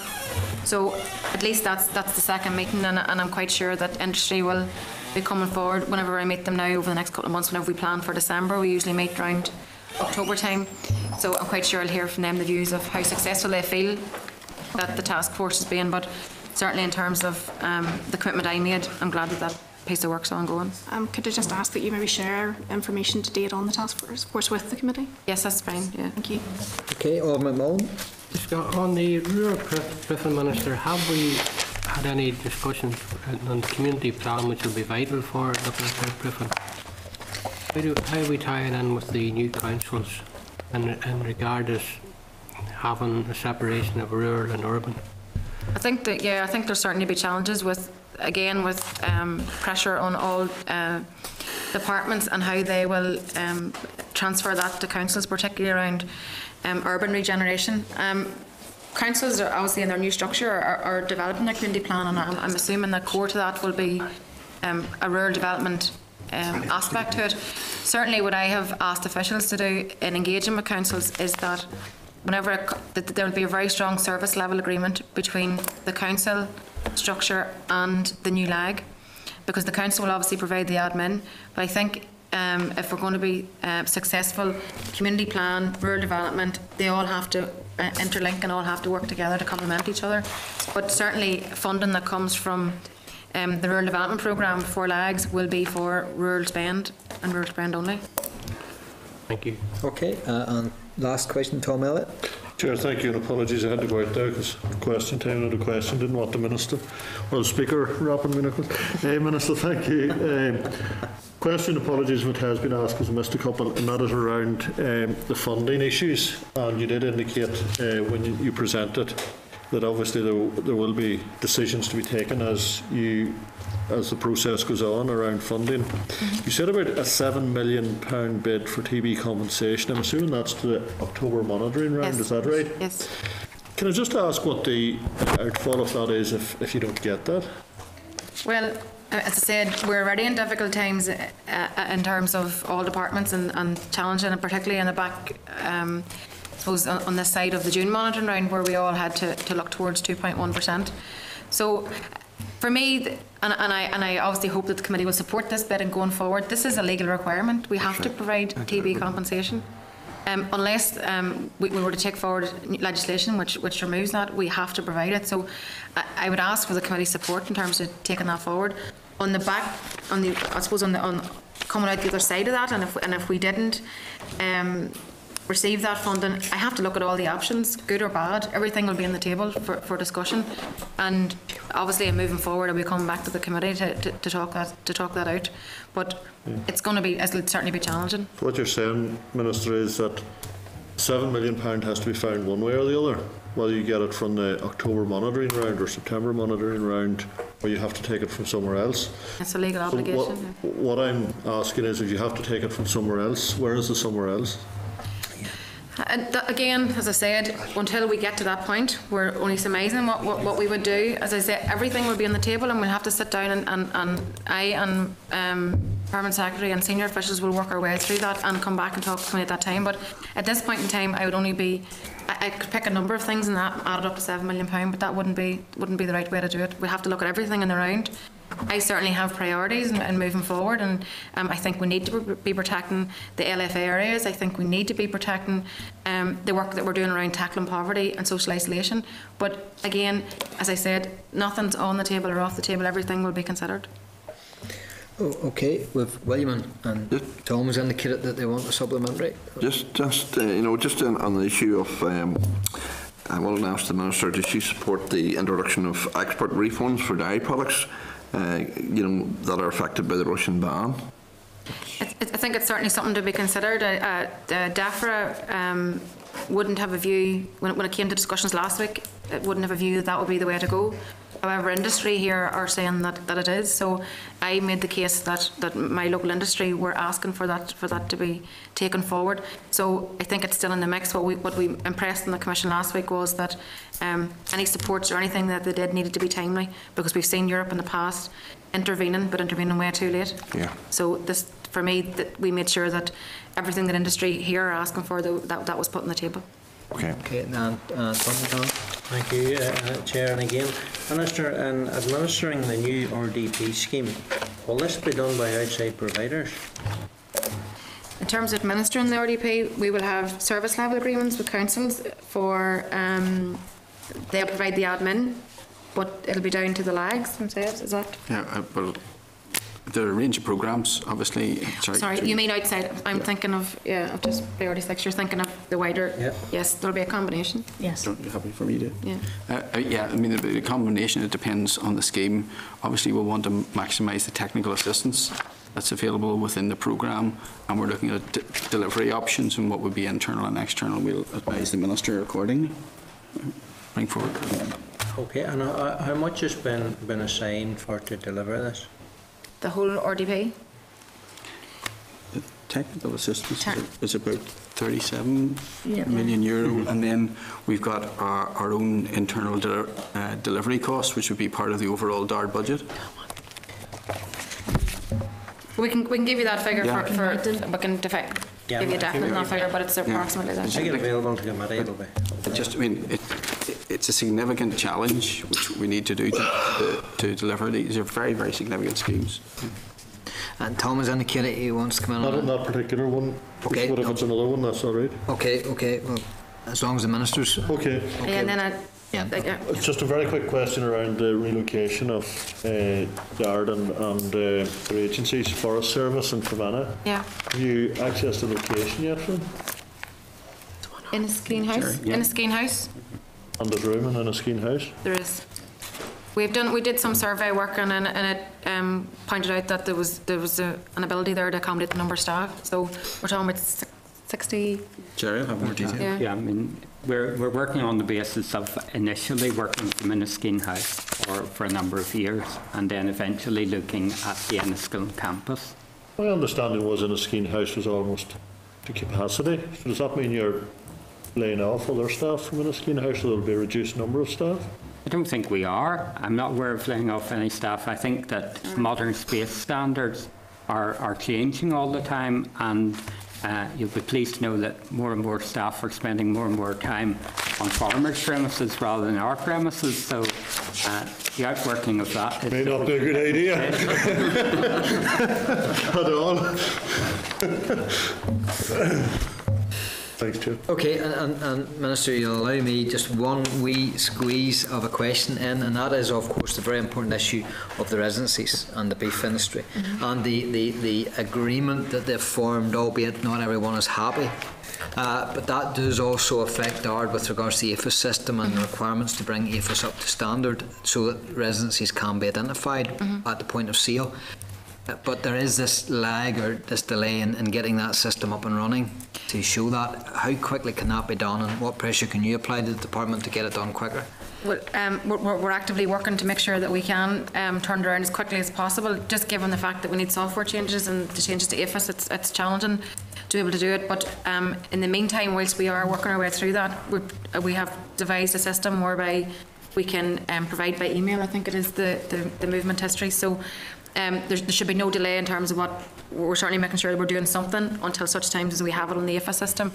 And the normal turnaround time for something like that will be about 6 months, but the department are prioritising this area of work because it's important now that we have a way forward that nobody falls short of what needs to happen. So we're doing that. Okay, I wish you all the best in that, Minister, okay, thank and you. in the future. Thank you very much for your time here. Thank you. We squeezed a complete just over an hour there. So again, thank you very much for you and your attendance, your officials' attendance here also. Thank you very much. Thanks. Okay, members, moving on then. We'll go to agenda item number 13, which is the oral briefing from the Northern Ireland Horse Racing Group, racing industry in Northern Ireland.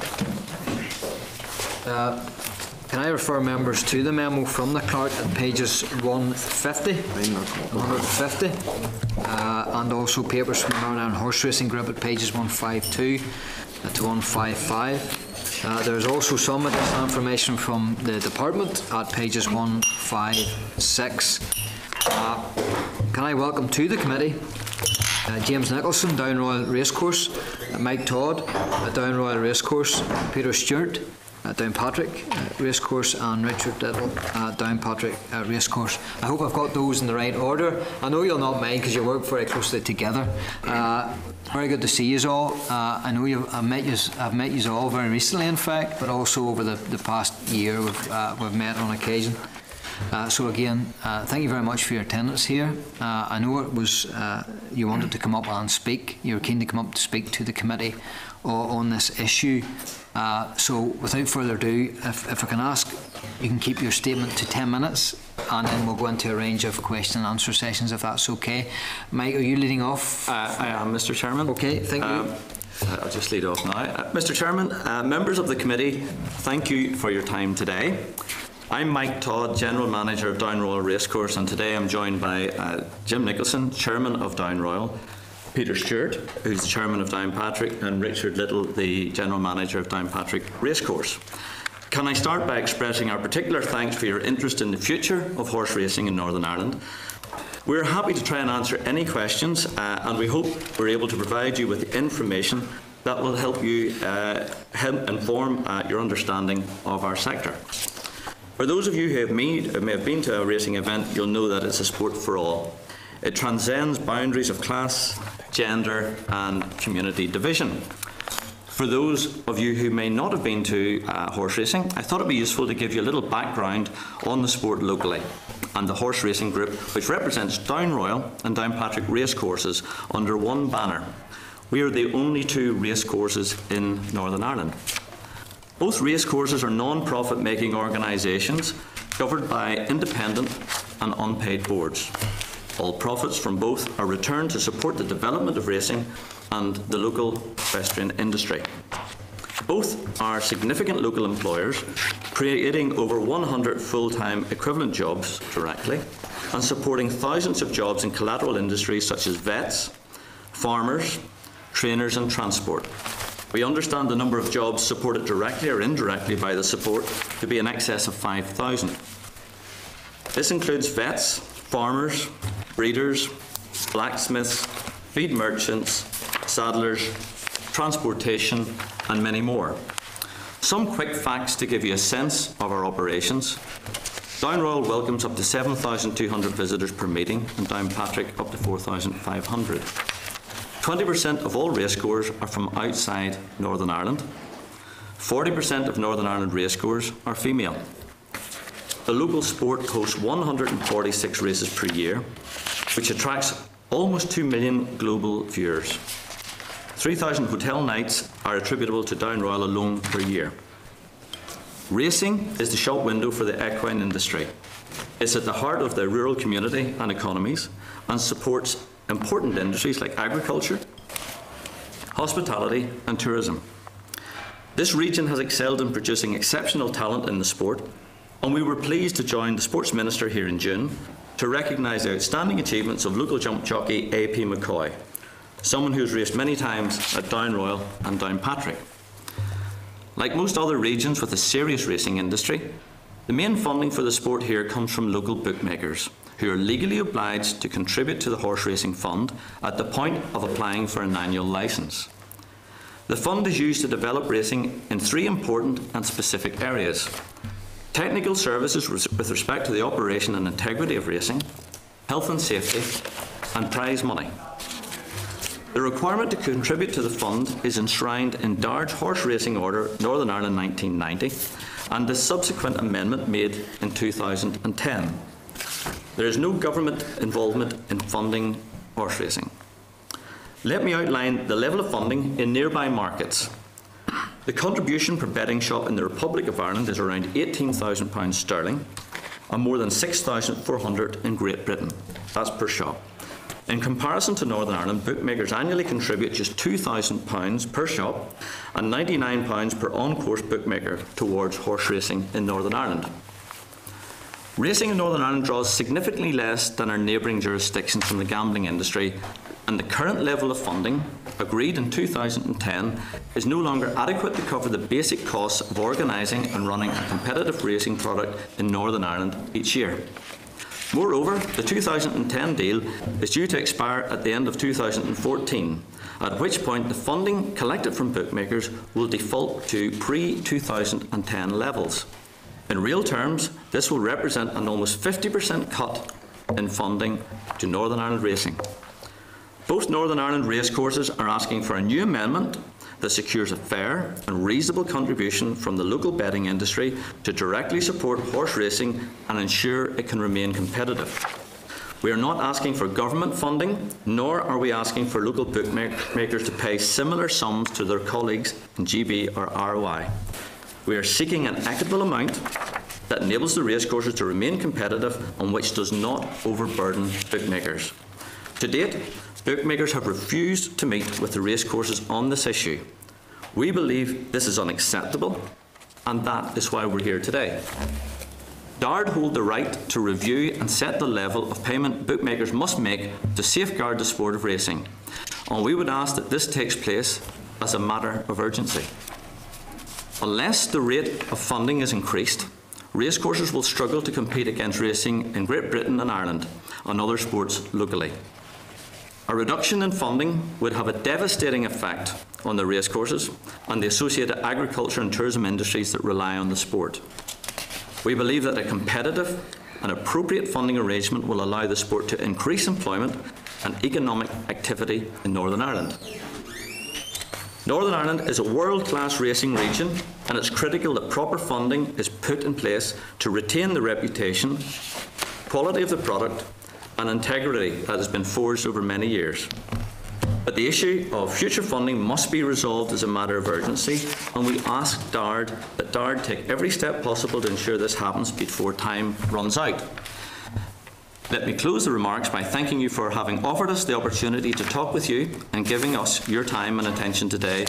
We look forward to answering your questions. Thank you. Thank you very much, Mike, for that and that presentation and the fact that you're here today with this issue. I understand the problem you're coming up to the end of a period where agreement had been sought and agreed. And now we're coming to the end of that, and we fall into what is basically a default position where people and organisations revert to type and go back to 2010 levels. If that were to happen, what would it mean for the horse racing fraternity and industry and sport? Because it's all three. What would it mean? How would it have what burdens would it place on both Down Royal and Downpatrick? Mr. Chairman, as I said in the initial address, that both racecourses are non-profit making organisations. Both of them were created for the improvement of the sport, and all monies are reinvested in the product. Nobody takes a dividend. The chair people and committees of each racecourse, nobody gets even travelling allowance out of it. If we went to a default position, both racecourses would be loss-making organisations, as simple as that. With any, again, there'll have to be at some point a negotiation to be had, and of course, whilst you've tried to engage with the bookmakers and they haven't wanted to engage, you're calling then on DARD to basically come up and conduct the review and to basically set the levy. Is that right? Does DARD have the power to actually set the levy? DARD do have the power. Again, when we went into negotiation, which was concluded in 2010, the Minister exerted an element of pressure on both parties to come to an arrangement. But nevertheless, the default position then was that the Minister for Agriculture at that particular time would make a decision and a determination. To the extent, I know that DARD commissioned a green paper. They commissioned KPMG to do the Green Book Economic Appraisal on a proposal from Down Royal and Downpatrick, and that was actually commissioned in March 2008. So, you know, at that stage, DARD looked at where we were at that particular time and what would be a fair and equitable amount to pay from the bookmakers. Is that public knowledge?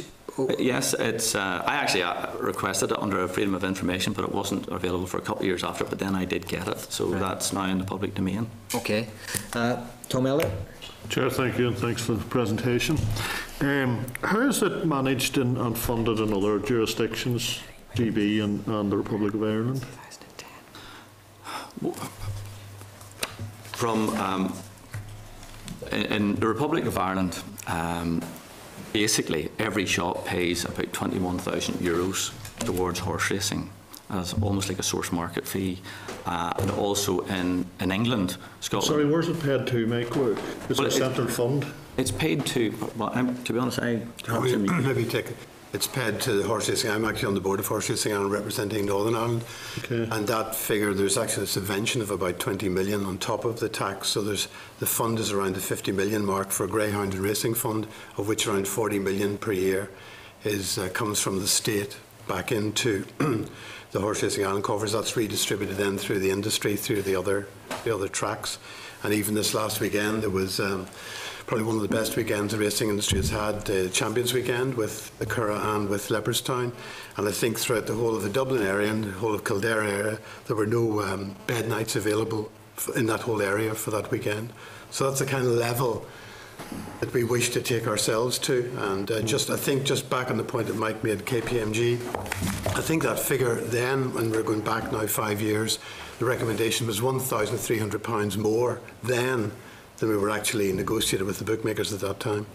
Yeah, but I'm obviously trying to make a comparison between, you know, the Northern Ireland industry and how it's operated in the Republic of Ireland and GB, and I'm just trying to establish if this is normal practice as to how you're doing it and how they're doing it in ROI. And the whole tax revenue actually goes back into racing avail of the tax that is collected, and then on top of that there's a subvention from the Irish government to make up the shortfall. Is there subvention from the UK government and GB? No, it's a totally different funded operation through levy and through the sort of shop process, and there's a constant negotiation. And the levy fund, which is levied on bookmaking shops in the UK, is not levied on the Northern Irish bookmaking shops, so they're at a distinct advantage to their colleagues in GB. All right, sure. Okay, Michelle McRobin. Thank you, and thank you for your presentation. What was the difference in the last negotiation between what you required at that time and bookmakers were prepared to give, or is that confidential?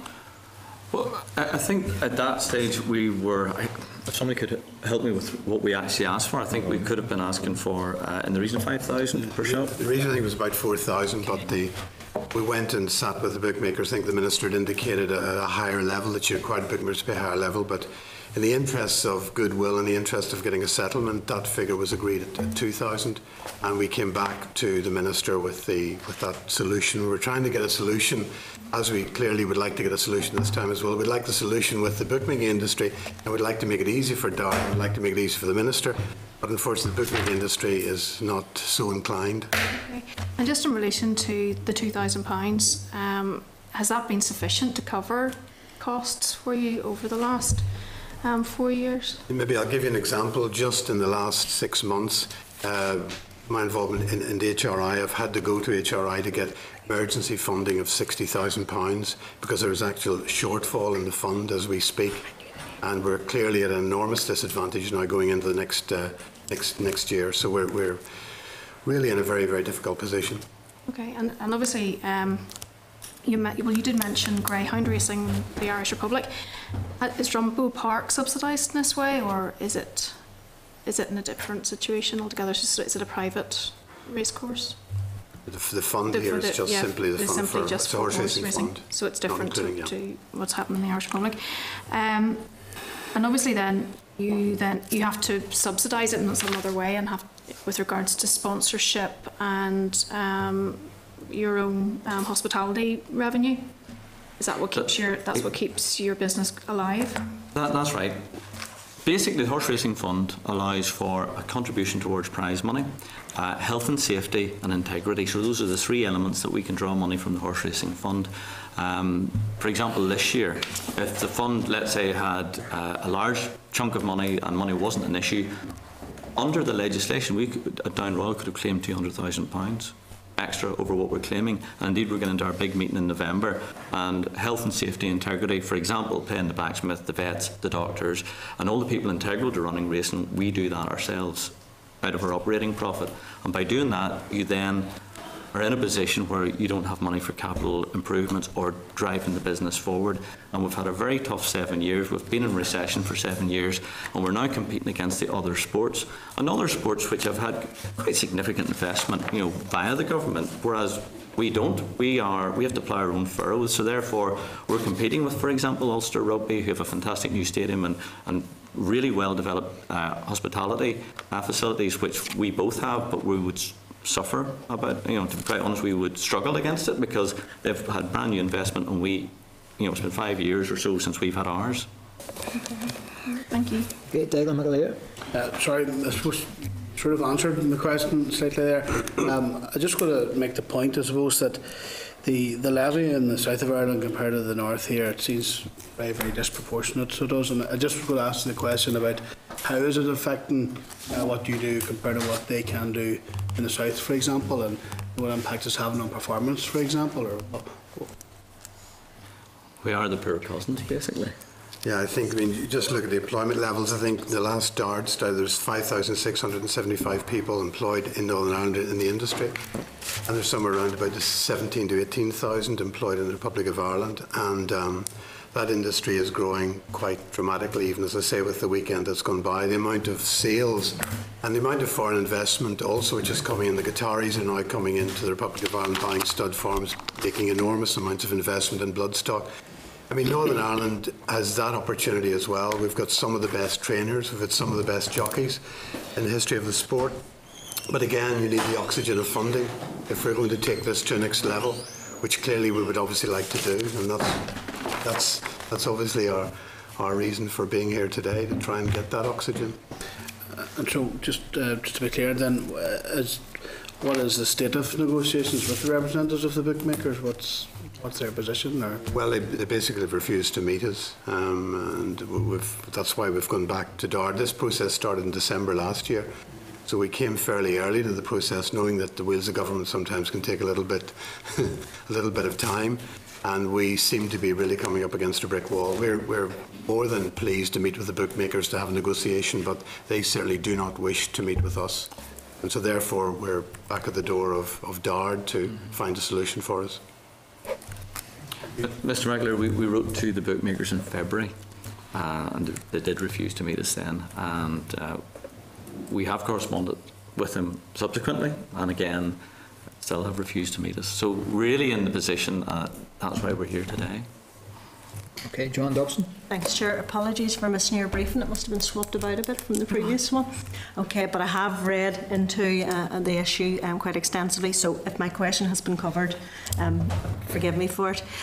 Can you outline for us in real terms what this level of drop of income would mean on the ground to ground at our race courses, and as well, could you maybe outline the benefits to the industry of the last 5 years of increased income has brought, not just from a massive tourist potential, but all those benefits that you have felt with the increase in the revenue? Absolutely. As I stated earlier on, if the funding reverts to the pre-2010 level, we're in a loss-making situation, and therefore there's no money really for any further development or even marketing and promoting the sport of horse racing in Northern Ireland. That's really the situation with regard to that.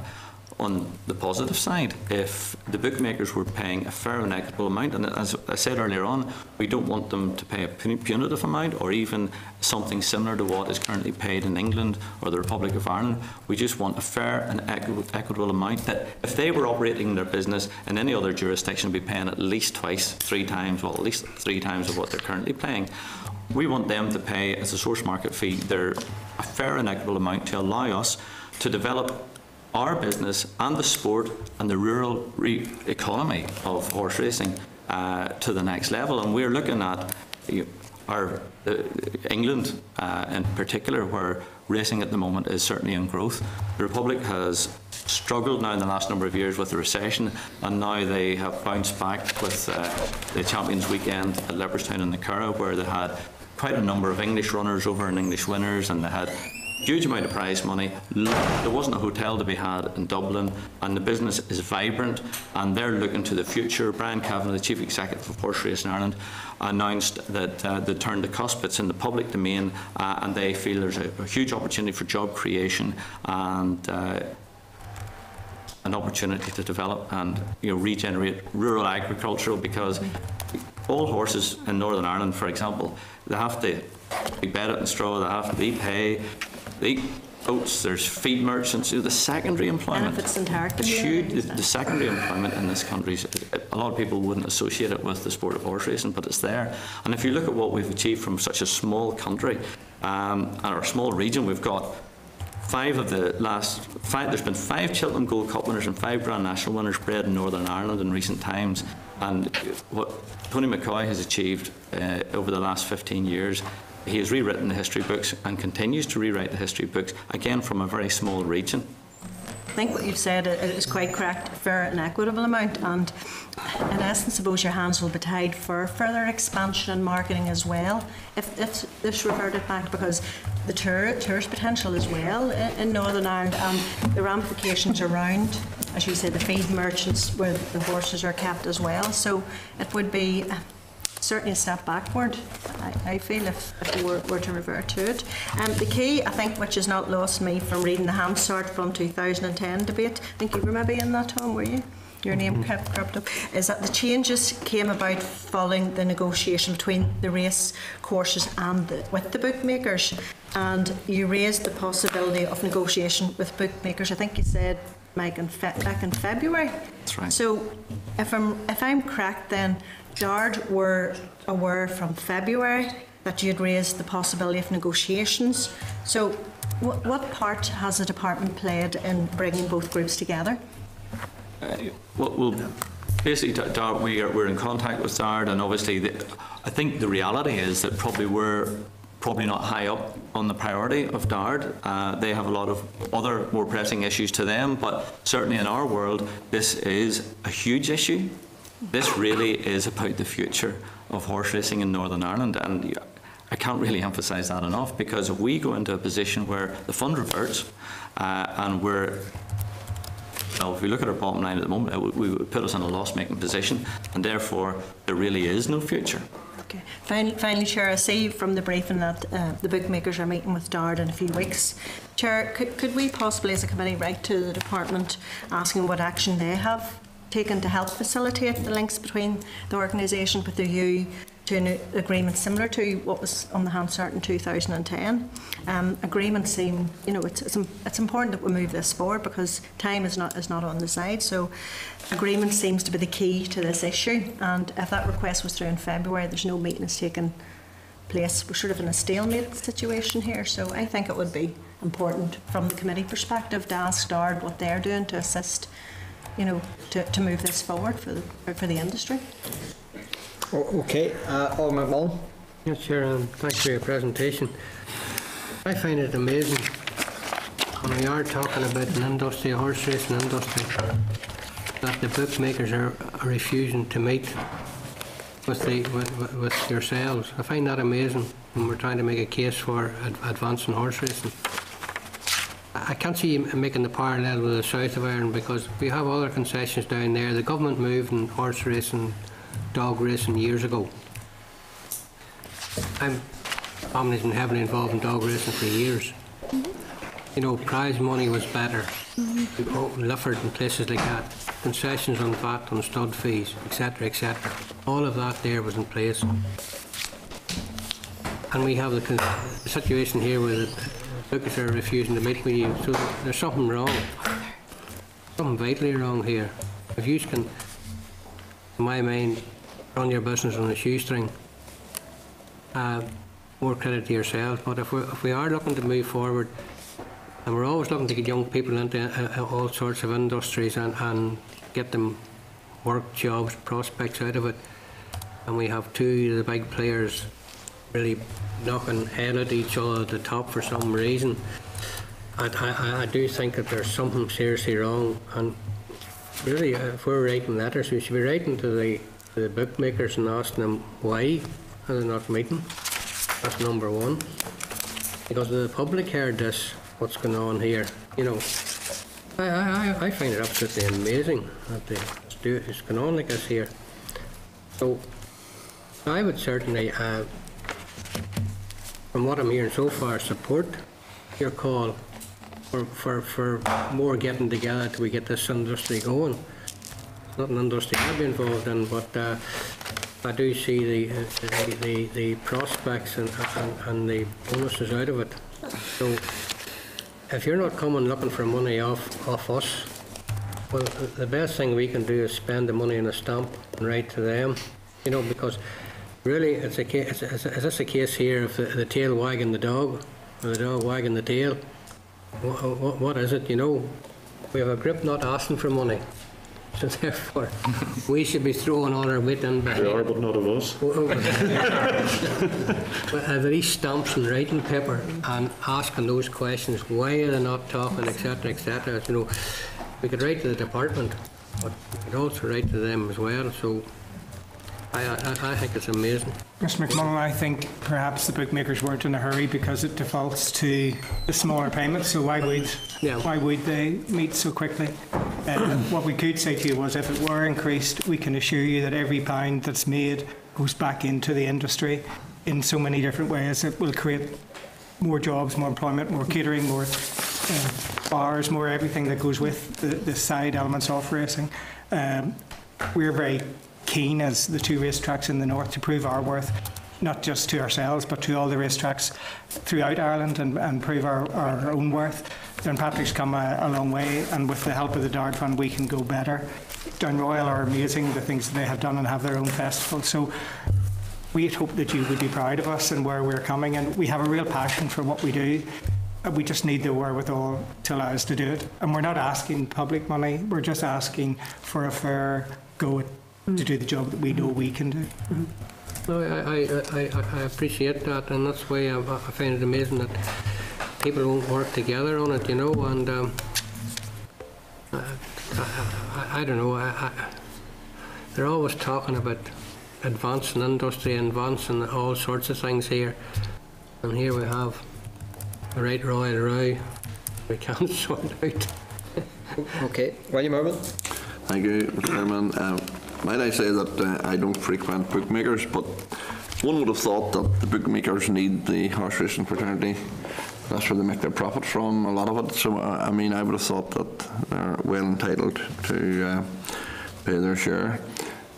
So I would hope that you're successful in this matter. I hope that we as a committee can help in that regard. Thank you. Okay, Tom Buchanan. Yeah, you talked about a fair and equitable amount.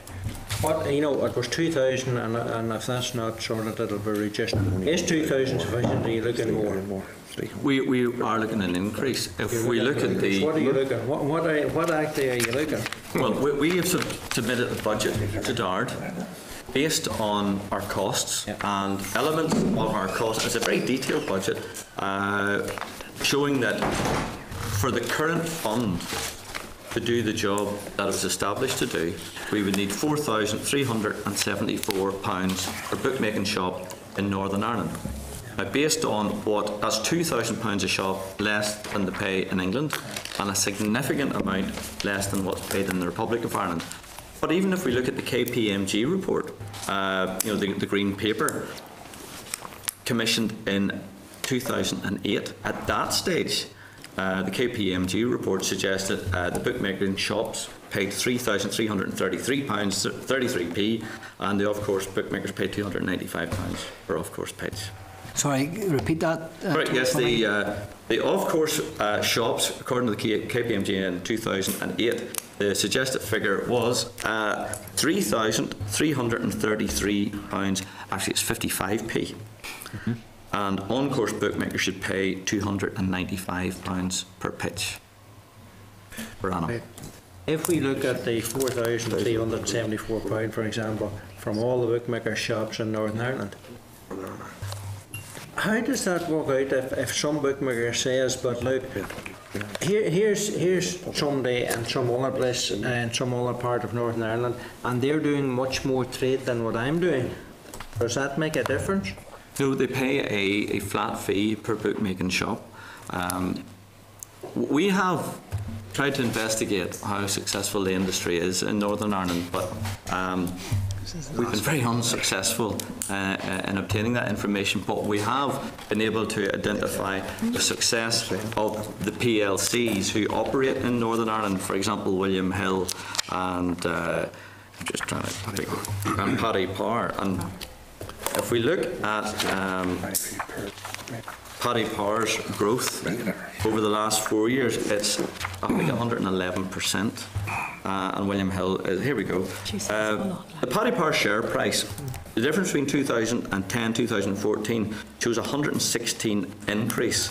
In 2014, now overall, they declared a pre-tax profit of 61 million euros. William Hill's share price has increased 71% between 2010-2014, and their pre-tax profit is 257 million. So if we look at the performance of the larger bookmaking chains, they seem to have weathered the recession rather well. Yeah.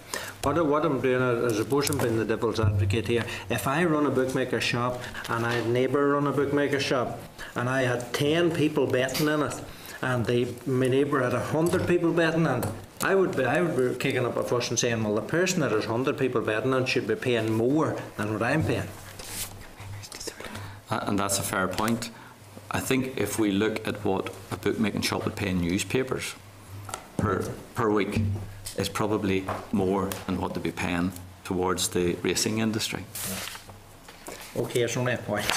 So I support it, all right.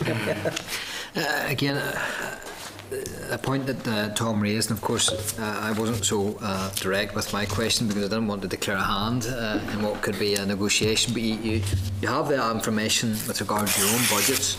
You have the information that was in the commission in the Green Paper way back in 2008, and it all seems pretty valid, the totals that you'd come to. But that additional money will be, if that was to come through and the negotiation got you the amount that you wished for, that would be an injection of cash to your organisation for the foreseeable future, would be 4 or 5 year term. How would you spend that money? I know you've talked about general issues, employment, catering and safety, but have you any grand scheme of plans in place that will help promotion, will help you compete with the Curragh and other race grounds on the island of Ireland, and then also in comparison to GB? Mr. Chairman, both racecourses have a 5-year plan, which we had a meeting last week with the chairman of Horse Racing Ireland and talked through the objectives, because in the current climate you can't stand still, you have to go forward. If you're not going forward, you're going backwards. Therefore, we do have a plan. We created the Down Off Festival Racing, for example, in 1999, and that was to bring championship racing to Northern Ireland. Channel 4 TV cover the Saturday to 1 million people. At the races, show it to 565,000 people. And what we have done, and we're very proud of it, with McCoy, we've got so many successful horses bred in the region, we've got so many successful jockeys. And it's our opportunity. We are the shop window for the Northern Ireland racing product, whether it's breeders, trainers, owners, or social, the hospitality product, the tourism product, and commerce, because there's over 100 full-time job equivalents at the two racecourses. And we have plans, but at the moment we're really in a position, there are a number of hurdles we have to get over before we're in a position to kick in and develop the business further. The competition out there is other sports who are getting government grants, which we don't avail of. The competition would be the racing product across the border, because you've got Dundalk Stadium has a huge and it's had a huge investment. Leopardstown, the Curragh are about to get 60 to 70 million spent in it, and we're looking at our racing neighbours, and they're spending money to ensure people come racing, to ensure there's sponsorship, there's tourism, there's jobs, and we're lagging behind. It's as simple as that. I think, Chairman, I've just come in to re-emphasise the Curragh. The new plan for the development of the Curragh is going to be somewhere north of 55 million. And by the time Leopardstown have stopped developing or finished their development over the next 2 years, it's going to be another 20 million. And there's been 220 million euros invested in the Irish tracks during the last 5 or 6 years. So that's the bit. We want to be a very proud industry and have a great shop window. And I think with the limited resources both managers have, both Richard at Downpatrick and Downwell, I would urge anyone who wants to come along and see us in full flight, all the improvements. It's not as if we're sitting with a sort of moribund industry. We're very proud of what we've done, but we just need to go to a new level. Tony McCoy's arguably the greatest sports person to come out of this island. Are we at risk of losing the next McCoy because of underfunding in this industry, sport? And is that your fear? Tony McCoy started, he lived outside Toom, and he used to ride the bicycle to Billy Rocks outside Cullybackey, and Billy would have had maybe 30 or 40 horses in training, and a lot of young fellas get an opportunity at the trainers, and the trainers are very good, and obviously they need the low paid help, to be honest, but that's how it starts. And in Northern Ireland at the moment we have several really talented trainers. We've got Andy Oliver, a flat trainer, who got beaten a short head at the Curragh on Sunday. We've got Stuart Crawford, who would have 60, 70 horses in. and they're going to England, they're going to ROI, they're going all around the place and winning races. We have a very talented training sort of fraternity out there, and they are creating opportunities. Their owners want to run the horses locally, and that's where we come in. And there's horses that win bumpers are at Down Royal or Down Patrick and are sold on, and the owner gets his dividend and he goes and he buys another one, or he buys two and he puts them in locally, and it's regenerating the industry. And if you didn't have the trainers, and you didn't have the shop window, you didn't have the trainers, the young fellas and girls who want to get involved in racing, because they get involved primarily because of the horse, they actually love the animal. And we are a sport. We're an industry, but we're a sport, and we touch so many different market sectors, but they wouldn't have the opportunity to do that. Okay, there's no further questions. We have action points there. We're going to write to DARD and to the bookmakers, asking them to engage, asking DARD to make sure that that engagement takes place. Are members content with that action? Okay. Again, thank you very much for your time. It's been very informative. We wish you all the best in the future, and hope you're very successful in the years to come. Thanks very much. So again, thank you very much. We will monitor this closely. Of course, we'll put the pressure on DARD and the bookmakers and see what comes back. Okay, Mr. Chairman, thank you very much. You're all welcome to come racing anytime you want. How's that? Thanks very much. Thank you, Chairman. Ladies and gentlemen. Thank you. Okay, members, we'll revert back to agenda item number 12, which is the DARD briefing on the CAP Pillar 1. Can I refer members to the memo from the clerk at pages 125 and 127, and the papers from the department at pages 128 to 148. Can I also just say that this is basically on the policy aspects of CAP Pillar 1. Andrew Elliott will be along next week to discuss, couple of weeks, to discuss the practicalities around the payments and everything else. So it is on the policy. Norman, Rosemary and Mark come to talk to us today. You're very welcome. Can I welcome Norman Fulton, Director of Policy and Economics Division, Mark McLean, Head of CAP Reform Branch, and Rosemary New, Head of Policy Development Branch. You're all very welcome to the committee. You're no stranger, of course, to the committee, and you've been doing a mighty piece of work over the last number of years to get to the point you are now.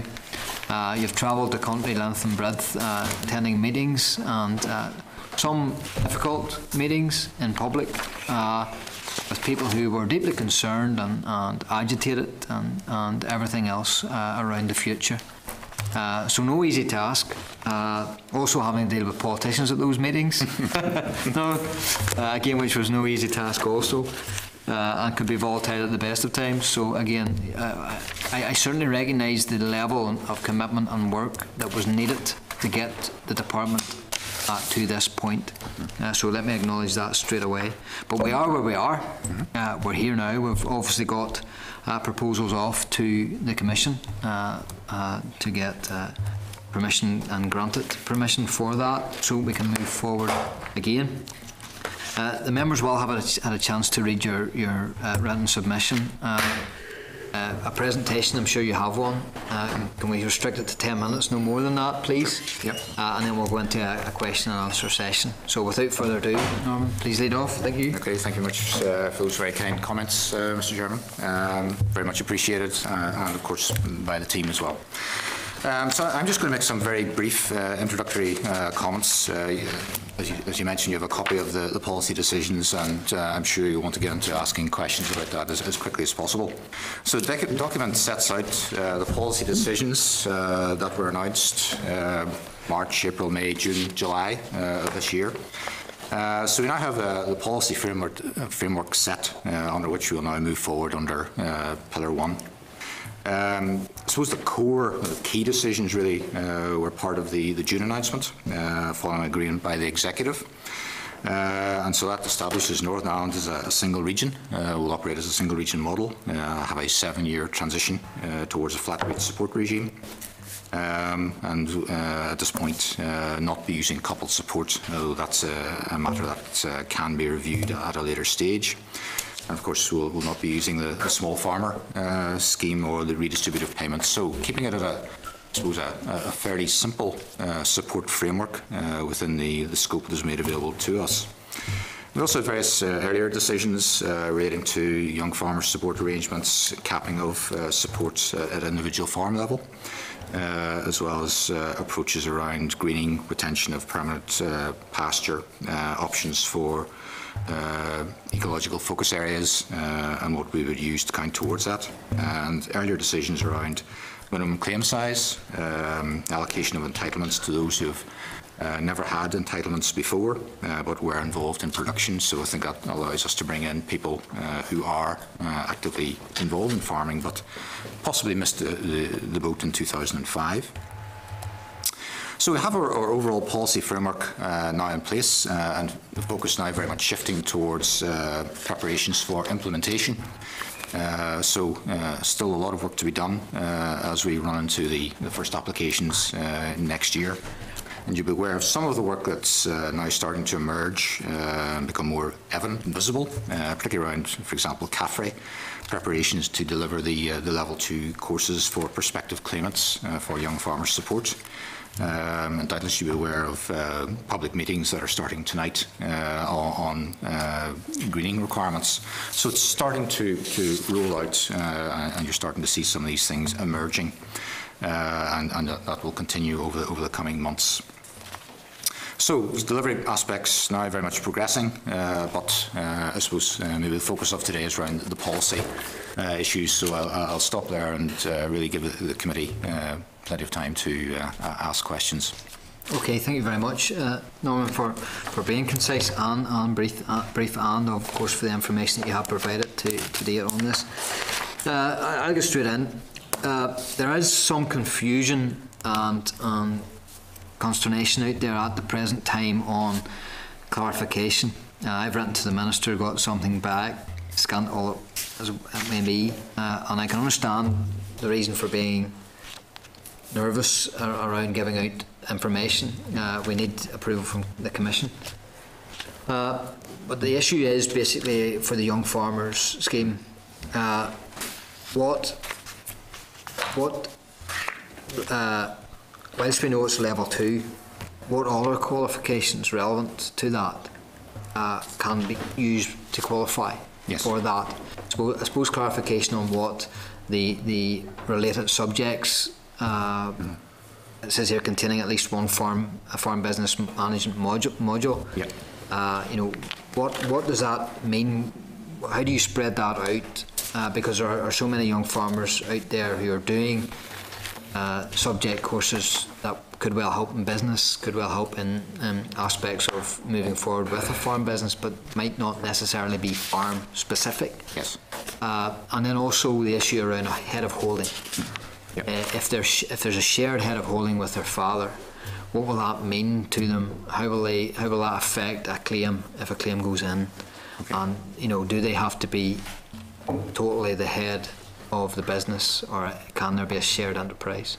So I suppose that's the two main issues around clarification. Okay. First of all, on the Level 2 qualification, as you mentioned, a key issue there is, you know, did your qualification have a farm business management module within that? Now, CAFRE are maintaining a list on the website of qualifications that would meet the Level 2 criteria. If anybody has any concerns, if the particular course that they have done is not listed on that, then really contact CAFRE. And we'll try to clarify the position, but also use that information then to continue to populate the list of eligible courses on the website. So really keeping that up to date.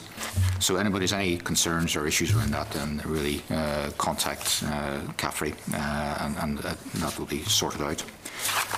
Head of holding issue, yes, it is a tricky aspect of this particular issue. I think everyone recognises that particular issue. The concept that the Commission want is that the young farmer should be in a controlling position within the business, taking control of management decisions, business risk, etc. And so it's really how can that be translated into a usable set of controls, and that's, I suppose, the challenge around all of this. Today, those who have registered with CAFRE for the Level 2 qualifications will be getting letters going out, which will give a little bit more detail around some of the evidence that we may well ask for when it comes to assessing whether head of holding status exists within the business. So it's really sort of providing a list of the things that may well be asked for. Still have to finally choose, but issues such as are they VAT registered, making VAT returns? Are they on the bank accounts? Are the bank accounts being used to purchase inputs? Sales of produce, are they cycling through the bank account? The levels of purchases and sales, are they commensurate with the business and the farm that is being applied for? So a range of potential evidence that we're setting out in that letter, that if somebody is in a head of holding position within the business, should not present insurmountable problems or difficulties. I think this is a position of stakeholders as well. We need to apply due diligence to this. We have a finite sum of money to put towards the Young Farmer Scheme. It's 2% of the budget, and obviously if that's oversubscribed, then clearly support levels will be scaled back to live within that 2%. When we're talking about the National Reserve, that isn't subject to the same scale back arrangements. But what it does mean is that we have to meet claims under the National Reserve from new entrants and young farmers. And that will entail scale back to other farmers to meet the demands of the National Reserve. So we owe it to other farmers to make sure that we are applying this in a robust way, that we are giving support to genuine young farmers who are head of holding. And we need to try and do our best to ensure that that is achieved for the industry, but also, of course, to meet our own obligations in terms of implementation of European requirements. So that information is going out. It's starting to put a bit of flesh on the bones around some of the questions that we may well be asking young farmers. The issue around partnership arrangements, I think we're still waiting on clarification from the Commission around this is a 50-50 partnership. I think is the one that we need to have a bit more clarification. Hopefully we will get a positive response on that, but we have to wait on that before we can issue definitive guidance around the matter. But it comes back to this, sort of that fundamental, is the person in a controlling position within the business? Yes. And that's what will be tested. And it's not simply a case of are they named on the business ID. No, it's actually what is happening within the business and the evidence that can be brought to bear around that. We've just heard from the Minister who has told us that there's 3,500 applicants for the CAFRE course, and there's a duty upon the Minister to make sure they're all catered for. How does that bring you to the 2% maximum ceiling, within the direct payment ceiling? How does that? Are we concerned, worried that we are at that point where we're maxed out? Well, that's 3,500 who currently don't have the qualification. Yes. There will be obviously many more who have the qualification, reflecting, possibly the last 20 years of output from Greenmount, etc., and other agricultural colleges. So, at face value, in one bound, we have got an industry that has shifted away from being dominated by older people to being, well represented by younger people. So we have to work our way through all of that. In terms of will the 2% budget stretch to meet all of their demands, I suppose, well, it depends on the scale of the applications that they are putting in. Have you a round estimate figure of what you expect applicant, with regards to applicant numbers? I don't think we have at this stage. We were, I suppose, in the earlier stages thinking maybe around 1,000 would be applying for the course. It's somewhat greater than we expected, but I think a lot of people probably applied just in case. Yes, okay, I understand. And possibly don't fully understand the position around they need to be head of holding. Yeah. Which is quite a step. But of course, CAFRE is very much working towards meeting the demand that is there. And even if somebody may not be able to be in a position to meet head of holding this year in terms of business restructuring, etc., they will have the qualification under their belt maybe for next year or the year after, whenever they maybe are in a position to move into a head of holding status within the business. So they will be able to apply throughout the age of the programme? That's correct. Yes, this is not just something for the first year. It's something that will be open thereafter, both the National Reserve and the Young Farmer Scheme. Okay, thank you. Joanne Dobson. Thanks, Chair. Thank you for your briefing. Norman, I was told earlier that you were the man with all the answers by the Minister and her officials, so no pressure whatsoever. No pressure whatsoever, absolutely. I was asking about, again, the definition of an active farmer and a decision on the claim threshold for the application of active farmer will, as we know, taken later in light of further Commission clarification. Sure. You're, I'm sure, as acutely aware as we are about the uncertainty with farmers out there. Firstly, I asked the Minister and the batted it back to you, when do you feel this issue will likely be resolved? And I did say, I voiced concern that the administration of the active farmer test, I did not want it to be seen as a bureaucratic train wreck as well, waiting to happen. So it's very, very important that we get that right. There's an option to exclude any claimant from receiving a payment if their agricultural activity forms only, I quote, an insignificant part of their economic activities.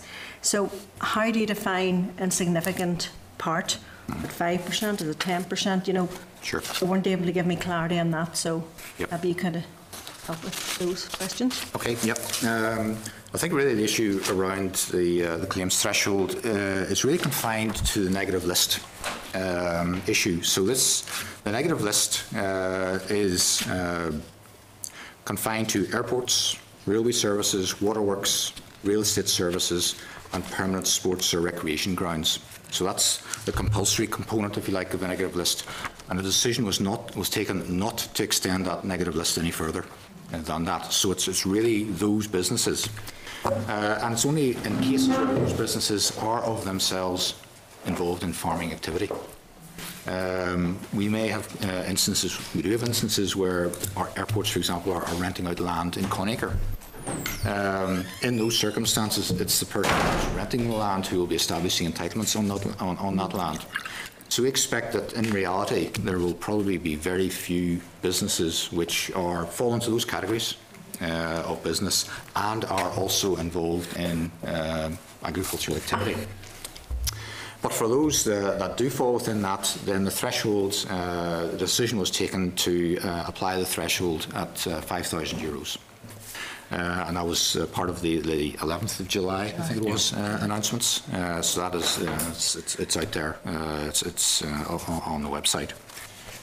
So that threshold is only applicable to those very small number of businesses, and so we don't see that as having any significant or widespread impact. In terms of the actual active farmer tests and when are farming activities insignificant, it's effectively when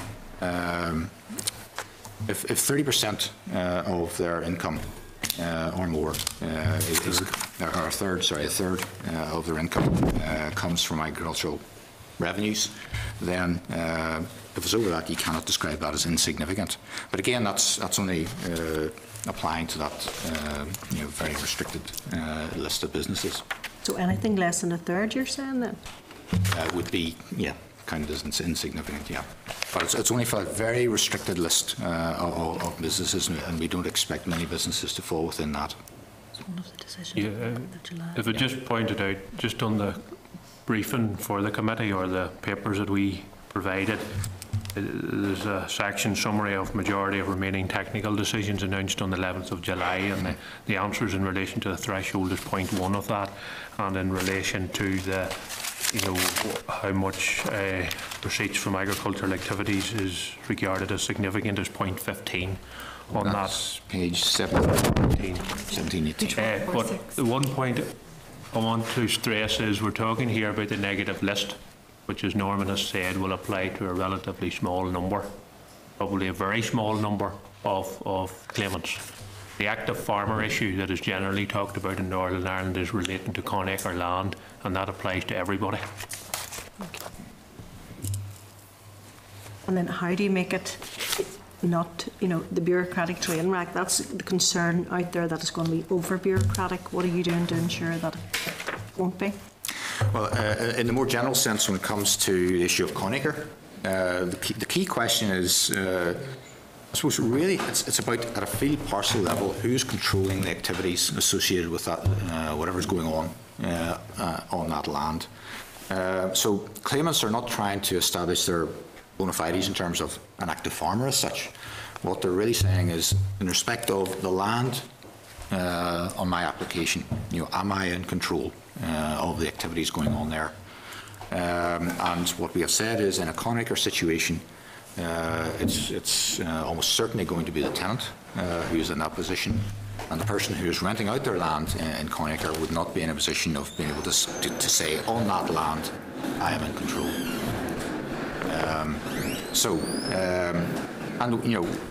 If we are getting applications coming in, and there will be communication on this probably towards the end of this month, it's planned, where we have gone through the existing list of claimants, the single farm payment, picking out the claimants whom we think are renting out their land in Conacre. They're not involved in production activities.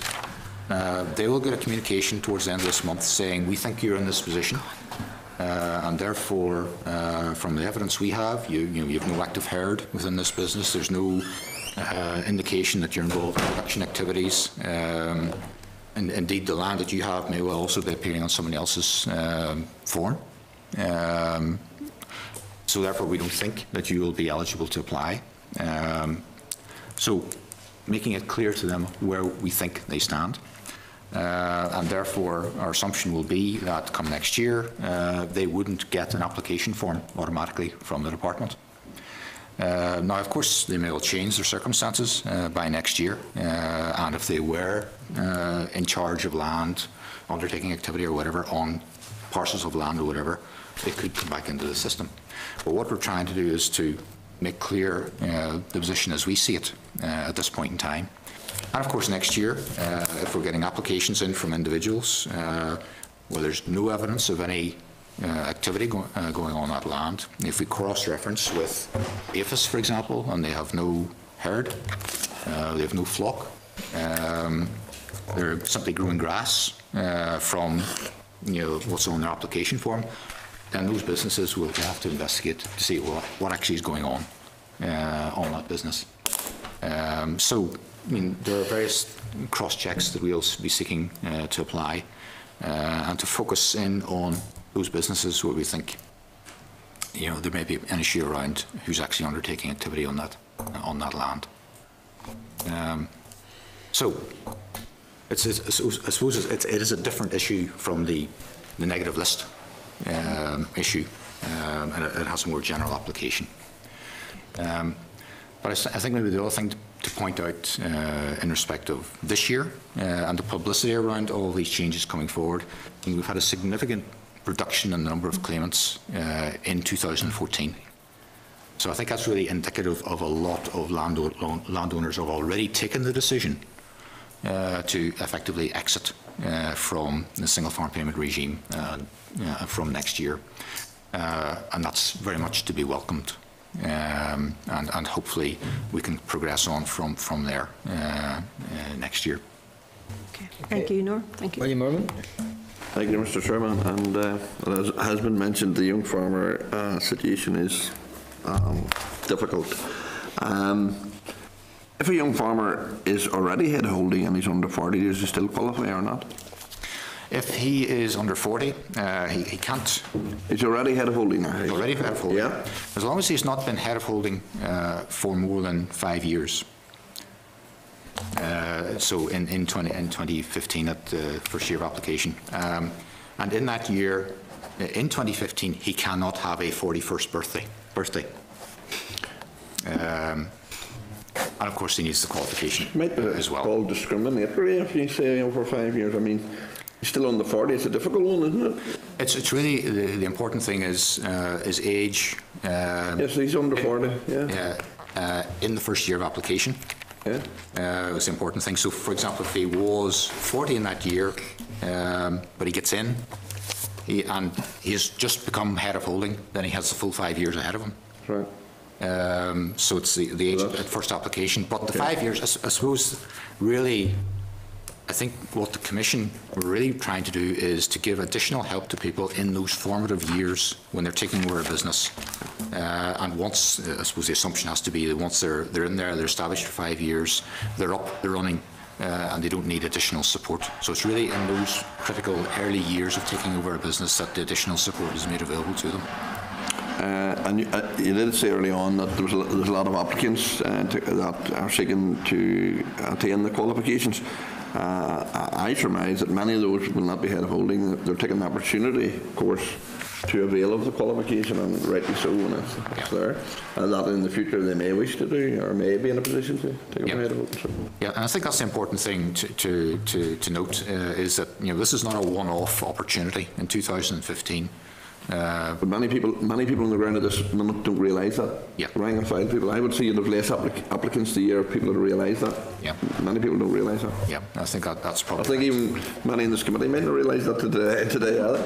And hopefully, I say the letters are going out to the people who applied. Yeah. And whenever they see some of the additional information around this, and also when they turn up maybe in the first night, a bit more briefing will be given to them. So people may decide, well, maybe I'm not in a position, maybe I don't want to proceed this year, but I can come back again next year.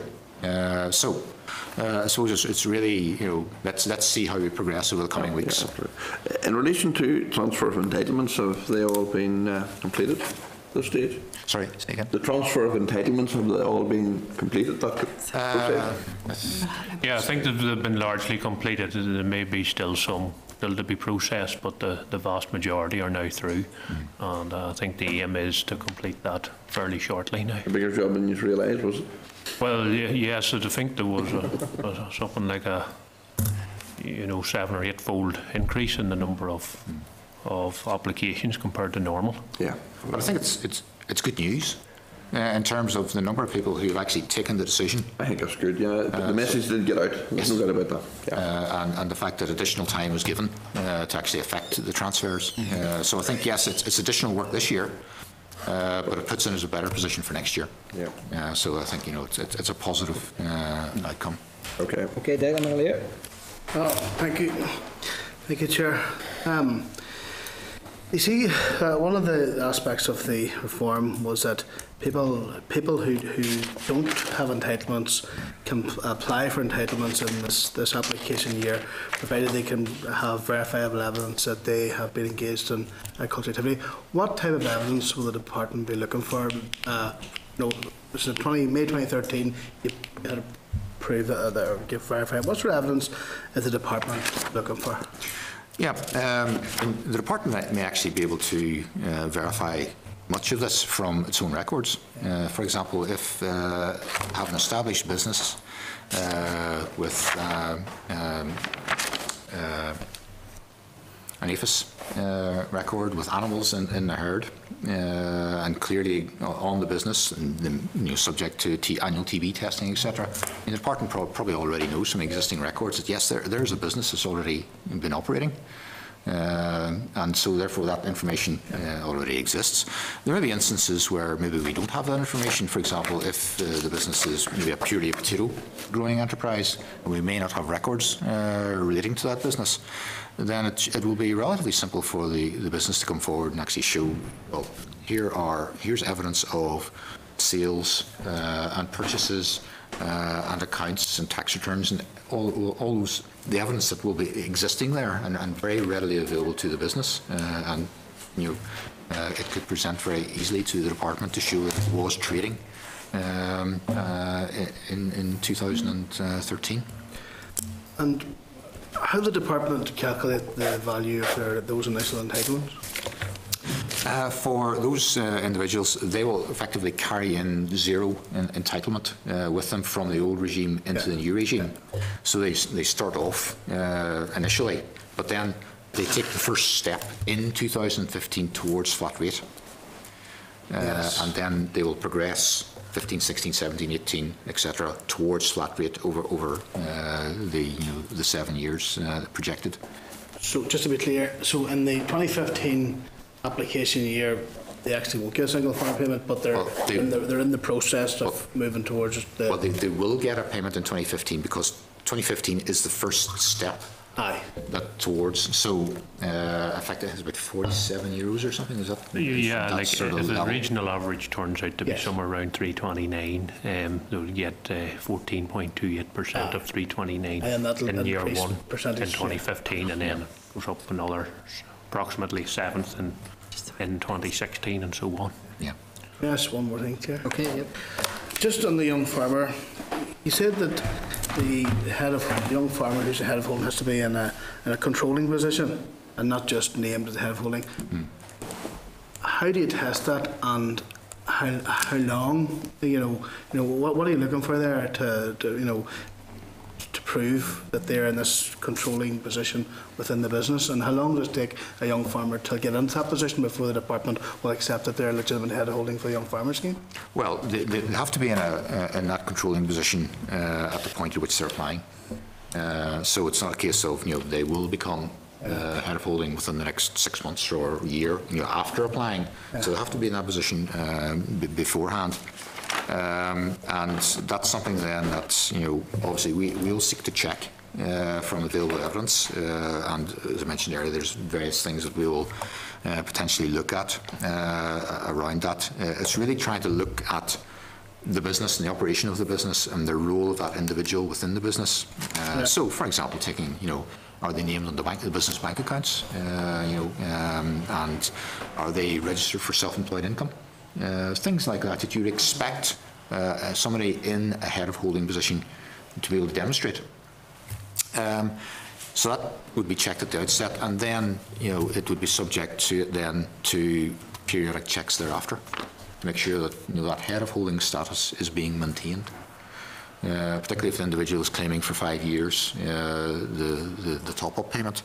So you want to ensure that yes, they're genuinely established in that position, and that position has not been reversed.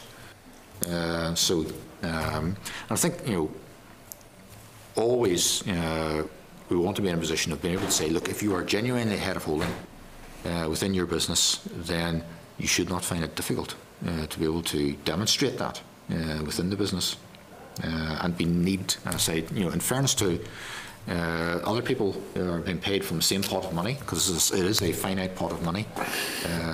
We have a duty to be able to say yes, we're convinced that that person is in a head of holding status within the business. I think we'd be rightly criticised for being robust on this issue. And if the fund for it exceeds your 2% cap, what happens? There's scale back within that. So we cannot exceed the 2% that exists. Okay, Tom Buchanan. How many young farmers can you bring forward in any 1 year? There's no limit, but they have to be in a head of holding position. Yeah. So I mean that's probably going to be the greater break than anything.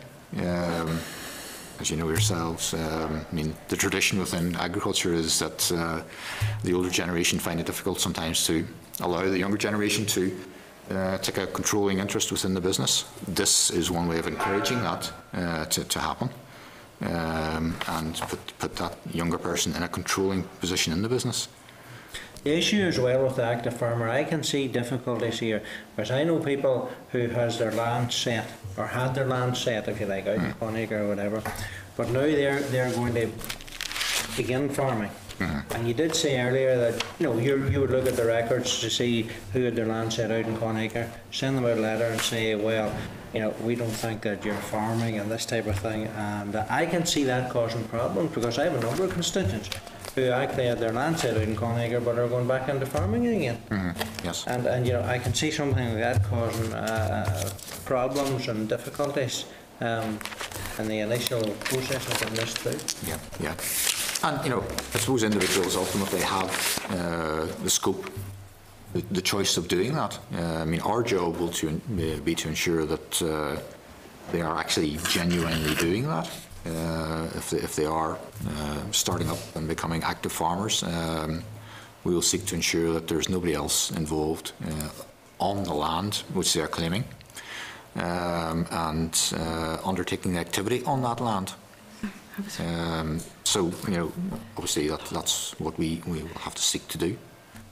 But I suppose ultimately landowners have that choice to make, and where they see their long-term vision on this. Okay. William Mervyn. Thank you again, Mr. Chairman. And I suppose I should declare an interest in a farmer, of course, but there will be situations arise where I know farmers are thinking of doing this. Farmers has land set this last number of years, decides this year that he will sow the fertiliser, grow the grass and sell it to his neighbour, the grass to the neighbouring farmer. Is he active? Yeah. I think, those types of activities are ones where we will have to look very closely at what's happening. But if he buys the fertiliser, pays the contractor and sells the grass to the neighbouring farmer, he's active, I would have thought. Yeah, I think if he's in a fresh grass selling business, then I think we're going to have to take a very sceptical look at what's actually happening, what's going on.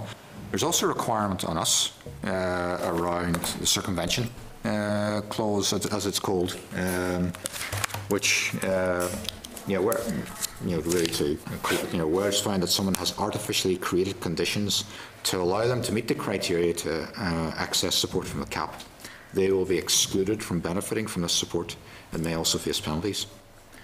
We have an obligation to do that as well. I understand fully, but you're in a difficult position if he has receipts for his fertiliser and he has receipts for growing his grass. If he puts a silo in the pit in the yard and sells it, it's totally impossible for you to stop and doing that in my eyes.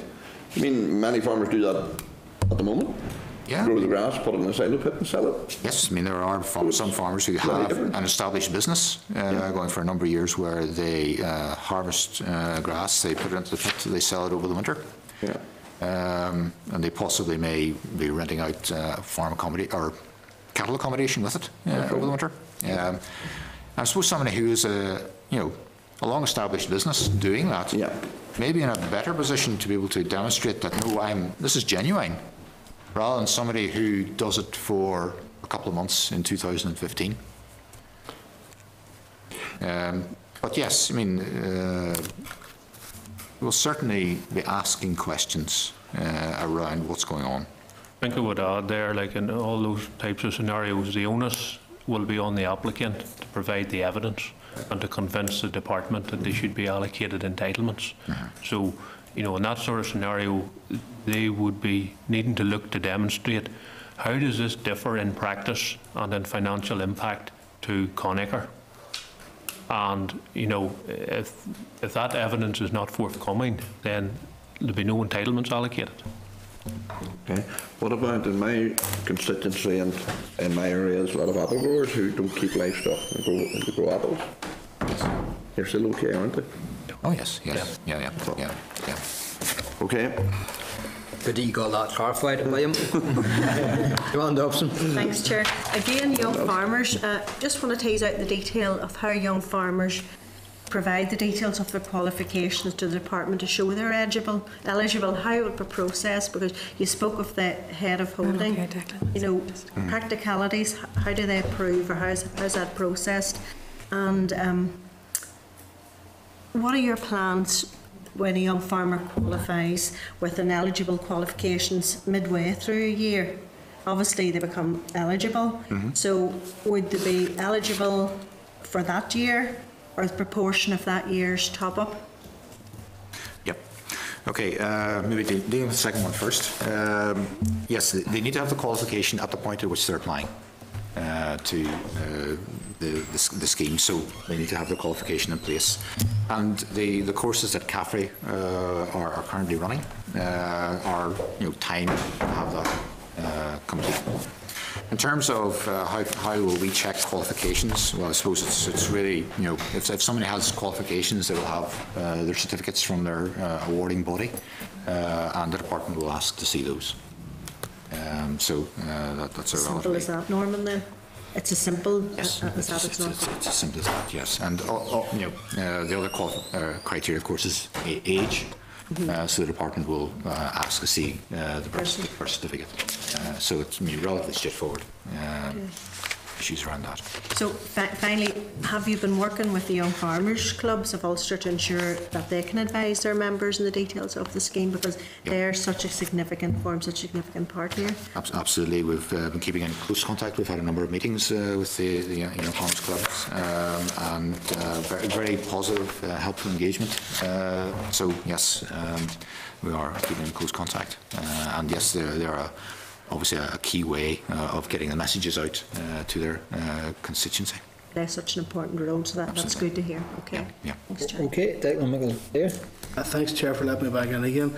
It's just on the greening. One of the greening components is the retention of permanent grassland, and I note that the document says that this shall not decrease by more than 5% compared to the ratio of 2012, and it's been monitored at reasonable level. That's right. What happens if it does? What does the department do to address that? If you did have a situation where we breached that level of protection, then we would have to go back in and start to impose, I suppose, controls at individual farmer level. However, I think that's highly unlikely that we will ever get into that circumstance. We have been monitoring this already under the existing regime. The area of permanent grassland is very stable. It does not change very much. You would have to have a huge upswing in the level of arable within Northern Ireland before you actually cross that threshold. So it is very, very unlikely that we would see a difficulty there. If we were, then controls would have to be brought in at the individual farm level, and you'd have to require reconversion of arable land back to permanent pasture. But I don't see that as any significant risk at all. Okay, and William Irwin wants something in? On the ecological focus areas, I read here early on 75%. If you have 75% of your land is grassland, you are exempt. That's 75% of permanent pasture, or 75%. There is land, farmers, and this I think will be a situation that will arise. Many farmers would soak land in a crop of barley for 1 year and then reseed. Yes. Now I'm told that is counted. That's not counted into their permanent grassland, isn't that right? Yes, and I think this is where some farmers need to be very careful and to make sure that they're fully aware of this. And I think it's an issue possibly particularly for dairy producers who may be growing an area of maize or wheat, whole crop wheat, and rotating it around the farm. Yeah. Because this applies to arable land, not arable crop. An arable land is any land that has been cropped within the previous 5 years. So simply because it's in grass this year does not mean it is counted as permanent grassland. You have to know the cropping history of that piece of land. And therefore, that's where people need to be really careful. That could be difficult, yeah. Yeah. I can see that being a real difficulty. And so people could fall foul of this. And so that's I think one of the messages around this. You may not regard yourself as an arable farmer, but you need to be aware of this and avoid falling into potential trap on this one. So I think it seems a wee bit unfair, but that's the way it has to be, maybe. Yes, indeed. Now, it depends on their circumstances. The thresholds that operate here the 10 hectare and the 15 hectare as well. It applies to your arable land, not your arable crop, and that's the important thing. So it's something that people just need to be aware of, that, make sure they don't hit a problem. Okay. But on that, on a supplementary, does that encourage farmers then to say, well, I'm going to give this up as a bad job and revert to a monoculture? Is that basically what could well happen?